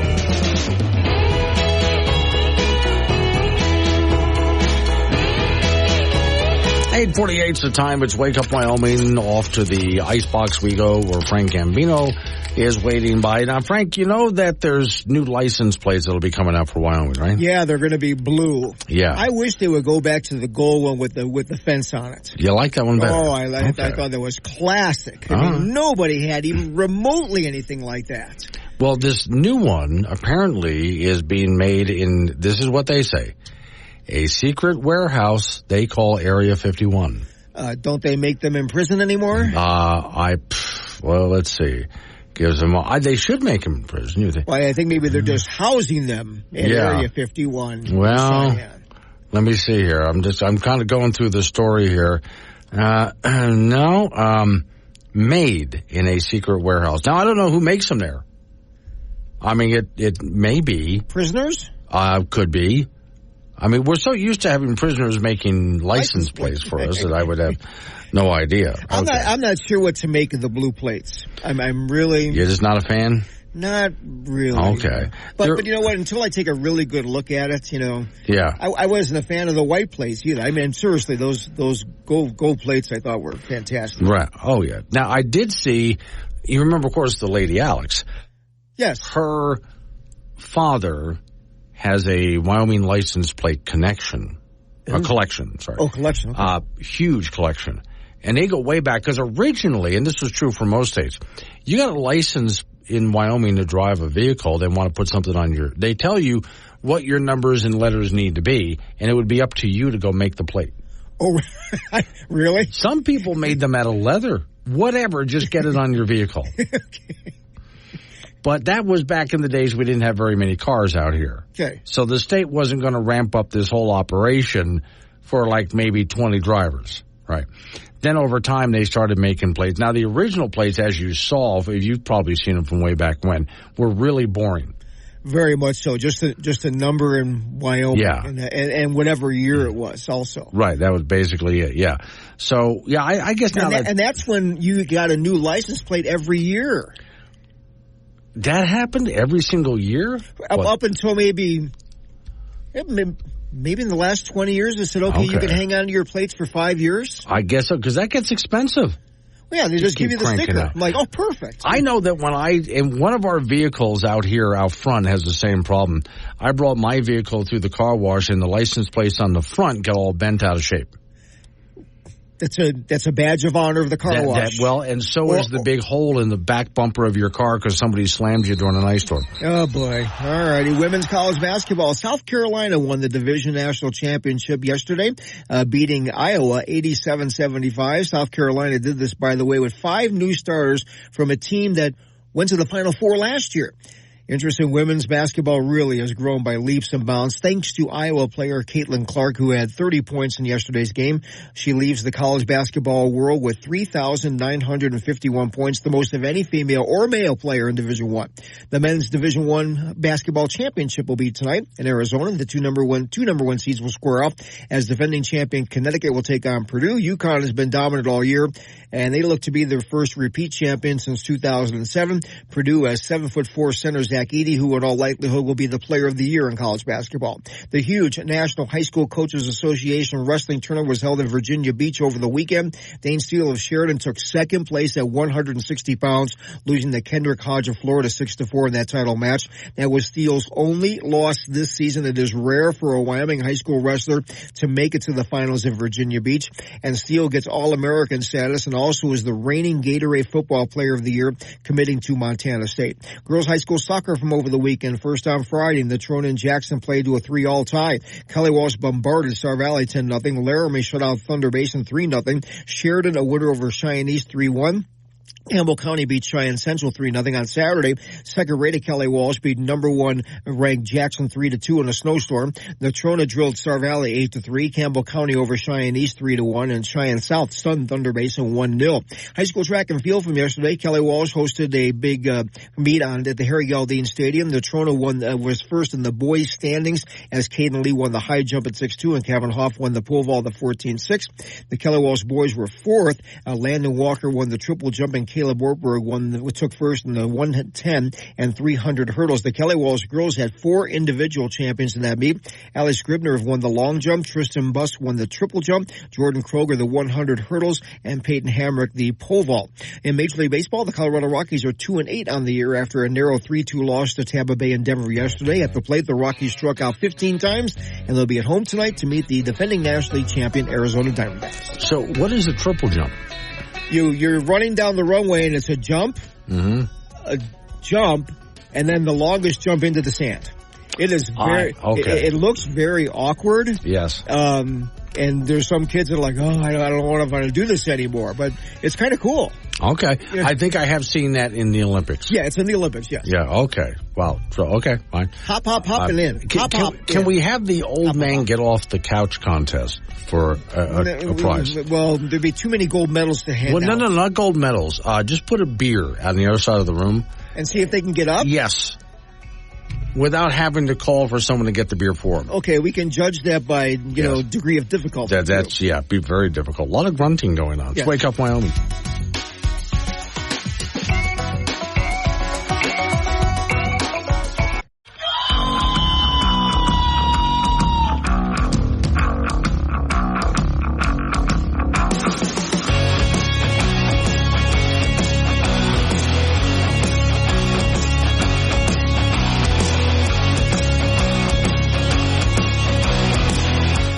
The time. It's Wake Up Wyoming. My name is Glenn Woods. Thanks for joining me. It's a Monday, and there's a lot going on today.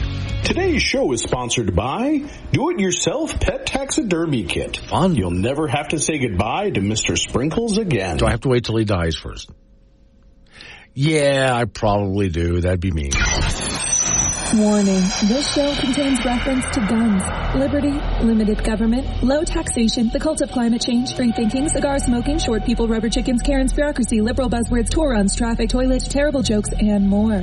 No apologies will be issued. Guest callers may express any opinion they want without fear of being canceled. Unless you're a loudmouth jerk like Dave, then Glenn will hang up on you.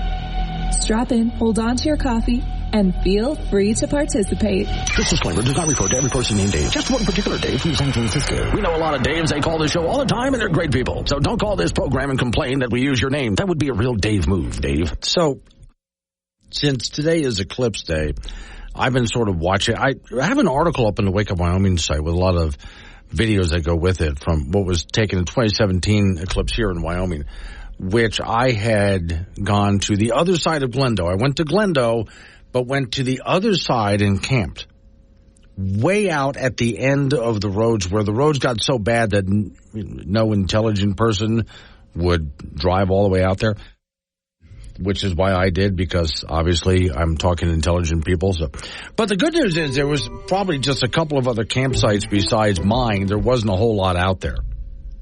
I mean, there really wasn't. And there were thousands of people on the other side of the Glendale Reservoir. So I had a great time. Unfortunately, for some people, well, I'd say fortunately, because I actually looked forward to this.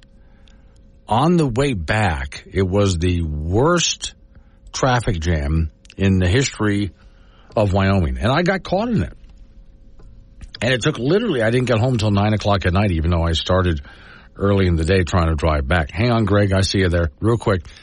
For those who are going to see the eclipse, they should have already been there. But I'm watching on the ridiculously large television they put in the studio with me. They're showing this news team live from Houston to cover the eclipse. Unfortunately, throughout all of Texas along the route of the eclipse, it's just one big swath of clouds. In fact, most of the eclipse will be clouded over. There will be some open spaces here and there. Greg, how you been? Good. I love the totality, and it was fantastic. How have you been, Glenn? I've been very good, as a matter of fact. Life has been grand.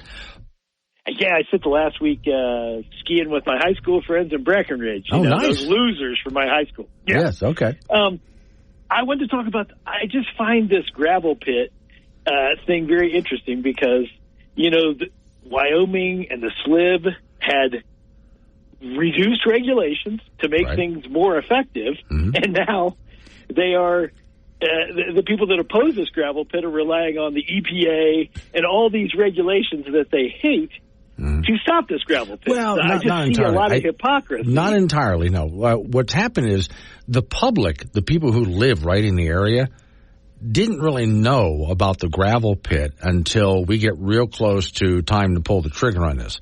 That's the complaint. What happened to letting people know way in advance, hey, we'd like to dig a gravel pit right in your backyard? They didn't know about it. That's what got them upset. Low regulations. I mean, less regulations means more profit. No, I think you're... Wait, let's go back. You're missing what I just said. I'm going to try it again. It's not a matter of regulations. There were plenty of regulations in place. The public did not know about it until, and we got real close to time to do this. That was the problem, not a problem with regulations. Well, I mean, if you live next to state lands, you can pretty much figure that they're going to be used for something, and so you should be aware of that. It seems like Laramie was aware of it. Okay. And, have you ever read Hitchhiker's Guide to the Galaxy?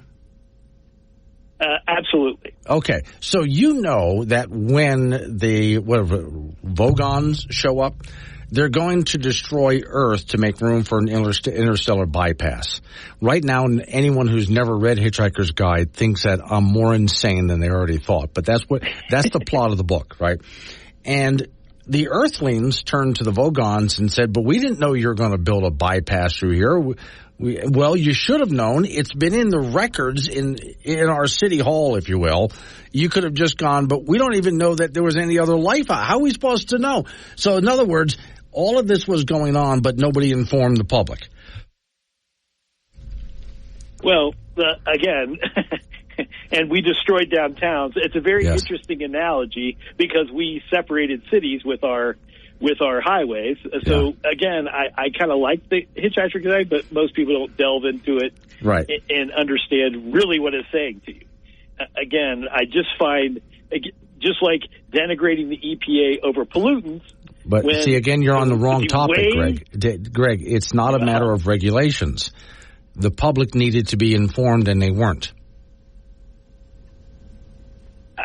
Or they chose to ignore. No. Again. No, they weren't. You're going. I know what you're trying to do, Greg, but it's a massive fail on your part. The problem is the people who live right next to where the gravel pit's supposed to be were not informed about this until it was really close to the end game. Well, the people that live in the Buttes south of Laramie are watching hoodoos and all kinds of things get eroded up for sand and gravel. Right. Again, they moved out there next to state lands, and they are paying that price. Somehow, Casperites don't want to pay that price. Okay. That's the way I look at it. Okay. Well, I tell you what, go talk to some people from Casper who live in the area, and they'll tell you what's going on, okay? Yeah, well, I do. Thanks for calling, Greg. I appreciate it. Now, if Greg wants to call the program and criticize what you folks here are going through, he might want to talk to some of you first, because his take on it is really, really completely off. All right. 888-97 Woods, the phone number, 888-97-WOODS. You can talk about what I'm talking about. Or do what Greg did right there. Change the subject. I am not trying to make light of the fact that there's all these people going to see the eclipse and much of the path is clouded over. I got to see it in 2017, and where I was, the sky was perfectly clear. And I'm so glad I had that moment in my life to see that, because it is, if you've never seen one, wow. But we're not going to have another one for another 20 years. So unless you plan to be around for another 20 years, it's going to be a while before you can actually see another eclipse. Hang in there. Maybe you can. Okay, I have a question for you. I'm just going to toss out there before we go into our news and information break. I thought about this during the course of the weekend. Just kind of get this in your head. Think about it. We like to joke around that trailer parks are zoned in specific areas because they attract tornadoes and drive them away from the town. Have you never heard that? I've said that many times in my life. The reason for zoning a trailer park is so tornadoes will head there and away from the town and take out the trailer park rather than the town. Trailer parks attract tornadoes. Do solar farms attract hail? Why is that person running? Are you okay? Is somebody chasing you? You're running on purpose? It's 7 a.m. Yep, there you have it. A new level of crazy. And you heard it here first. If it's happening in Wyoming, it's on Wake Up Wyoming with Glenn Woods from K2 Radio. Join the conversation at 888-97-WOODS. 9:20 is the time. It's Wake Up Wyoming. Yeah, you can go ahead and call and interrupt me if you want. That's fine. Whatever you want to talk about. 888-97-WOODS, the phone number, 888-97-WOODS. So the question I left you with, just toss it out again. Trailer parks, as we know, it's a scientific fact. Trailer parks attract tornadoes. So do solar farms attract hail? It seems to be so far. That seems to be what's happening. Okay. I just tossing it out there for everybody to think about. Get back with me on that one. Ladies and gentlemen, I get to do it again. I'm sorry. I wish I could say I did not enjoy picking on these people. But I do actually enjoy picking on San Francisco, which is why I put this little tune together a while ago based on the original, from back in the 60s it came out. If you're going to San Francisco, right? Hey, please leave. Be sure to put some flowers in your hair. Yeah, because of what San Francisco is. You're going to San Francisco. Here we go. You're going to meet some gentle people there. Here we go. Scream? Yeah, okay. So, no, I have to be a little bit more realistic about what San Francisco is these days. And it certainly is not like it was back when that song was written, which was, according to the peace and love crowd at the time, it was a peace and love place. It's where the hippies hung out. It was supposed to be utopia. San Francisco proposal would allow lawsuits over grocery store closures. A San Francisco lawmaker introduced a proposal that would require grocery stores in the city to provide 6 months' notice before closing a store and explore replacement supermarkets for the vacated location. So if you're going to leave, you got to give us 6 months' notice, and you got to find out who's going to replace you. Now let's take a look at why would the supermarkets be leaving. Well, crime, biggest part of it. Dean Preston, member of the San Francisco Board of Supervisors, introduced what he called the Grocery Store Protection Act, which is based on a proposal the board approved in 1984 that was vetoed then by the San Francisco mayor at the time, Dianne Feinstein. I didn't know she was mayor of San Francisco. All right. Preston's proposal would require grocery store owners to provide 6 months written notice to the Board of Supervisors as well as the Office of Economic Workforce Development.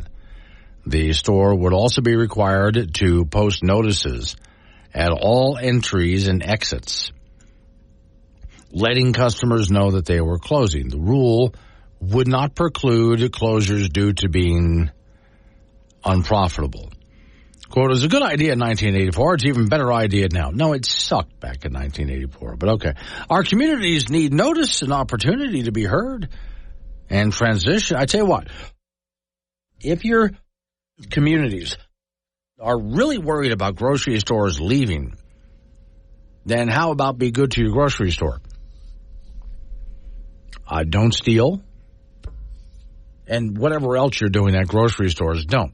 Be good to your grocery store and make sure they're profitable by shopping there. And then your grocery store is not going to leave. Now, the story says the 6 months notice requirement would be waived if the closure was caused by business circumstances that weren't reasonably foreseeable at a time. Well, some kind of an emergency, in other words.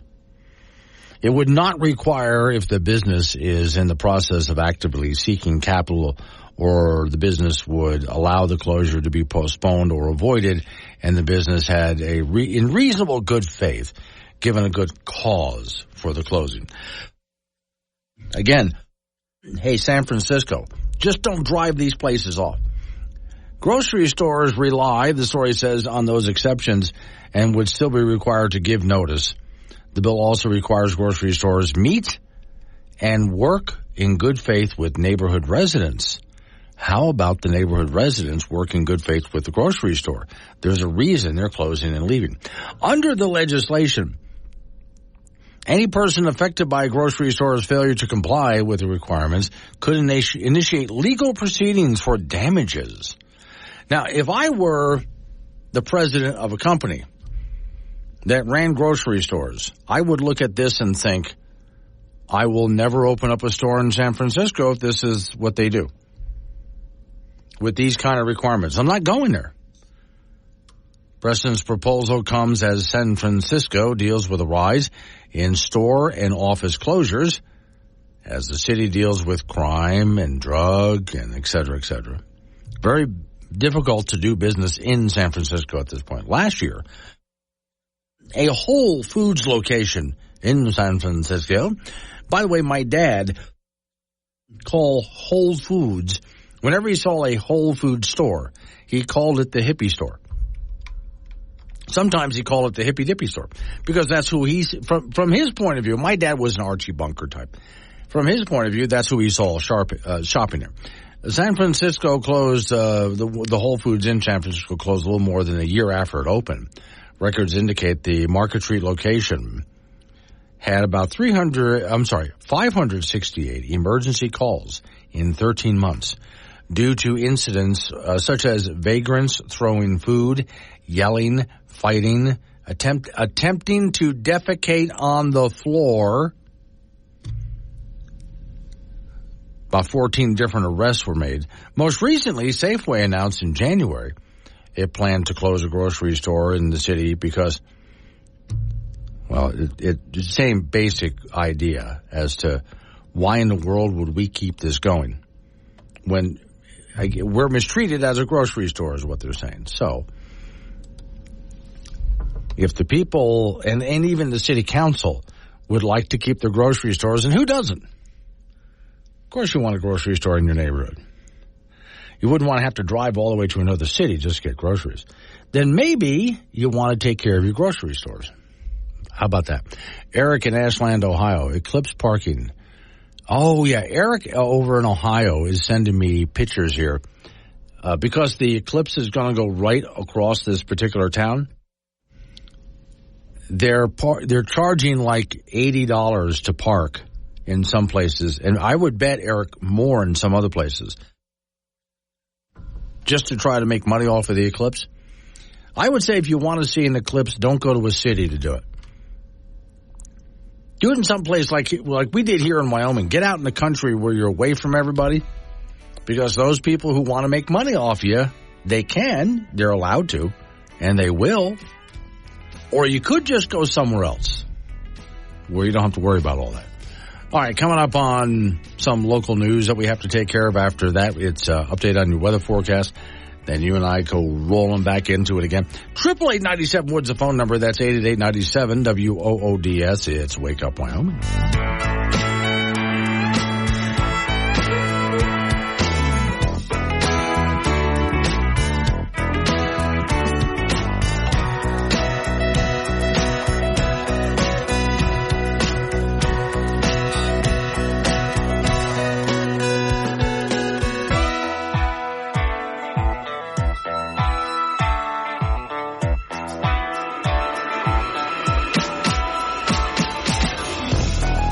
He's talking to himself in a padded room, and you could be the voice in his head.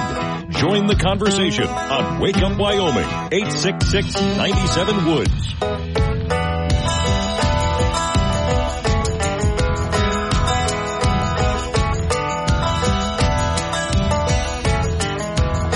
.36 the time. It's Wake Up Wyoming. My name is Glenn Woods. Thanks for joining me. So just a few stories to sort of wrap up today. I mean, they only give me 4 hours a day, so I can't possibly get all this in here. Will Joe Biden be on the ballot in Ohio? What? Well, okay. Here's the story. Ohio is an important state. You better get on in Ohio. That's a big state. That's really important. Ohio's Secretary of State said on Friday the Democrat National Convention may take place too late for Joe Biden to appear on the general election ballot in their state. Quote, the Democrat National Convention is scheduled to convene on August 19, 2024, which occurs more than a week after the August 7th deadline to certify a presidential candidate into office. ABC News first reported the existence of this letter. Now, the story says, to be fair, this appears to be more the fault of the DNC than the Biden campaign. The party chose the date for the convention and apparently didn't bother to check with all the states. Is this a good idea to do that this time? There are two remedies available for the Democrats, neither of which are particularly appetizing. The first, more direct option to move the date of the convention by a couple of weeks. That would allow Biden to be officially declared the nominee in time to submit his name for the ballot in Ohio. But people plan for these events far, far, far in advance, so could they do that? Major inconvenience. The alternative would be for Ohio State legislature to pass an exemption to the statutory requirement. That path faces a couple of issues.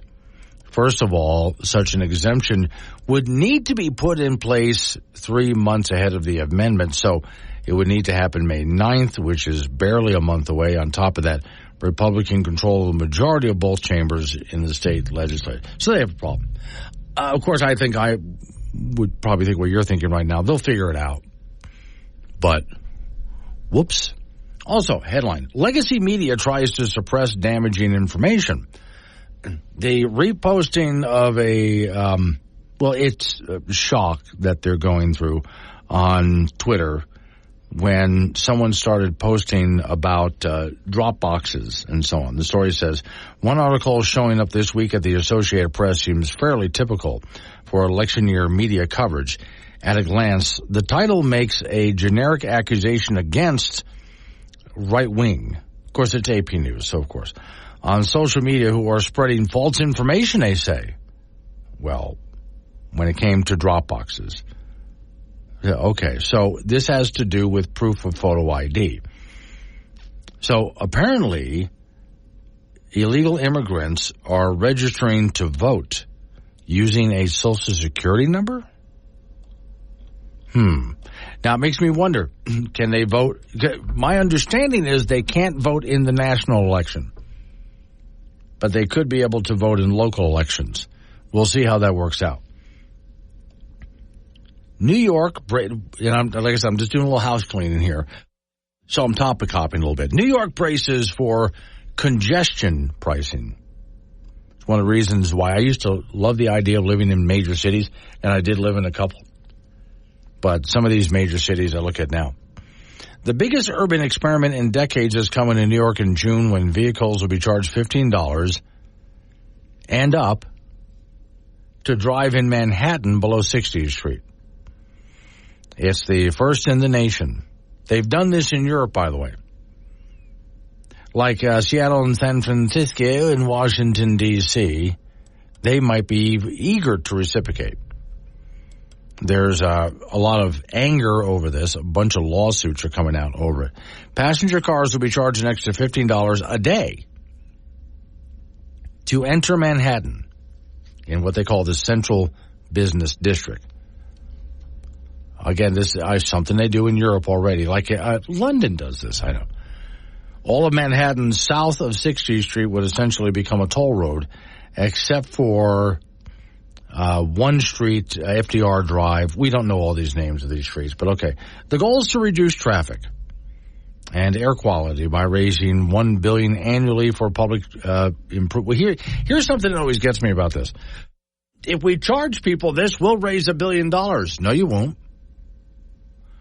No, you won't. Because fewer people will drive there, therefore you're not going to raise $1 billion. You can't have it both ways. If we raise this toll, then we will have fewer drivers. Okay. And we'll raise $1 billion. No, you can do one or the other. You're not going to have both. You honestly are. I guess it's better to live in a place where we never have to worry about stuff like that. Okay, Red in Casper writes, in Atlas Shrugged, they wrote laws to prevent workers from quitting and businesses from closing. You know, you're right. For those who haven't read Atlas Shrugged, it's worth reading. Read it slowly. Don't skim that book. Read it slowly. But yeah, he's absolutely right. They tried to write laws that prevented people from quitting and businesses from closing, as if that would work, meaning they did not understand economics. And that's exactly what some lawmakers are trying to do today. 942 Wake. You asked for an expert. We didn't have the budget for that. Wake Up Wyoming with Glenn Woods. Weekdays 6 to 10 a.m. and 24/7 on the Wake Up Wyoming app. Coming up on 948, off we go to the Icebox. Frank Campino waiting by. Frank, I came across this headline 70 years ago. Old Faithful caretaker kept an elderly elk and a coyote alive by feeding them pancakes. Yes. I'd never heard of this story before. Neither did I. I didn't even know that elk and coyotes like pancakes. I guess they'll take what they can get. Syrup? Do they have syrup? Do they have bacon? Butter, bacon? Yeah. Because, you know, just handing someone a pancake. Have you ever tried eating pancake without all that? Well, it's too dry. Way too dry. Yeah. But these animals don't care. Because they're staying alive thanks to this guy. Okay. Did he get, coffee with this? Probably not. But I will bet you is that those animals showed up around wherever he was every day. Oh, absolutely. They knew that the pancakes were there. Yeah. It was like IHOP of Yellowstone. Sure. Without the high bill that goes with IHOP. Yeah. I mean, I tried eating there recently. It's a bit expensive, but okay.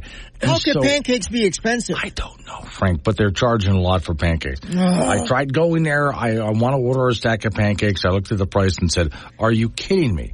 I would never pay that much for pancakes. There's absolutely no way. But back in those days, so I guess this guy gets up every single morning and he makes a stack of pancakes. Now, how many do you feed him? I don't know. How many does a coyote or an elk need? The elk probably needs 10. Yeah. Give the coyote 5 a day. So? Okay. All right. Richard said animals, let me see, were old and thin, but they were in good spirits after he fattened them up a little bit by feeding them pancakes. Yeah. In the past, they were skittish around people, but I guess, I would be skittish around someone until they started giving me pancakes, and all of a sudden I'd be friendly to them. Isn't that, I think that happens with bears too. Yeah. Now, see, okay, this is slightly different than I was imagining it. Okay, so it's not like with the elk would walk right up and take it out of his hand. There's pictures of this. Mm-hmm. With the coyote, though, pancakes make great Frisbees. If they've been out. Yeah. Well, even if they're a bit floppy, you just get a good spin on them. Yeah, but they're not going to go very far. You got to wait for them to harden up, and then you can get some more trajectory to it. But he's keeping the coyote at a distance here, so he would fling the coyote's pancakes like Frisbees, mm-hmm. and they would land on the ground, and he would just go in and eat it up off the dirt there. So, I mean, there's a Frisbee pancake for you. But, the elk would just walk up, and he would just hold it out, and it would take it right out of his hand. It's a heartwarming story. It really is a heartwarming story about some old guy and some old animals that were starving. And now, after saying this, Frank, we have to throw out a disclaimer. Do not go make a stack of pancakes and go out and feed your animals. No. Make a stack of pancakes and bring them here. Yeah, no, that would be because we need to be fed. And if you just bring pancakes, we'll smile and say thank you. But if you don't bring the syrup and the bacon and the coffee. Actually, we'll take care of that ourselves. Yeah, okay. That's fine.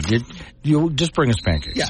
Women's college basketball. South Carolina won the Division I national championship yesterday afternoon in Cleveland, going undefeated in the process. That's not easy to do with an 87-75 win over Iowa. South Carolina did this, by the way, with 5 new starters from a team that made the Final Four a year ago. Interest in women's college basketball has just grown by leaps and bounds thanks to Iowa player Caitlin Clark, who did have 30 points in the game on 10 of 28 from the floor. And she leaves the college basketball world with 3,951 points. The most of any female or male player in Division I. Men's NCAA Division I championship is tonight in Glendale, Arizona. 2 number 1 seeds will square off as defending champion Connecticut will take on Purdue. UConn has been dominant all year long. They are really tough to beat, and they'll be looking to be the first repeat champion since 2007.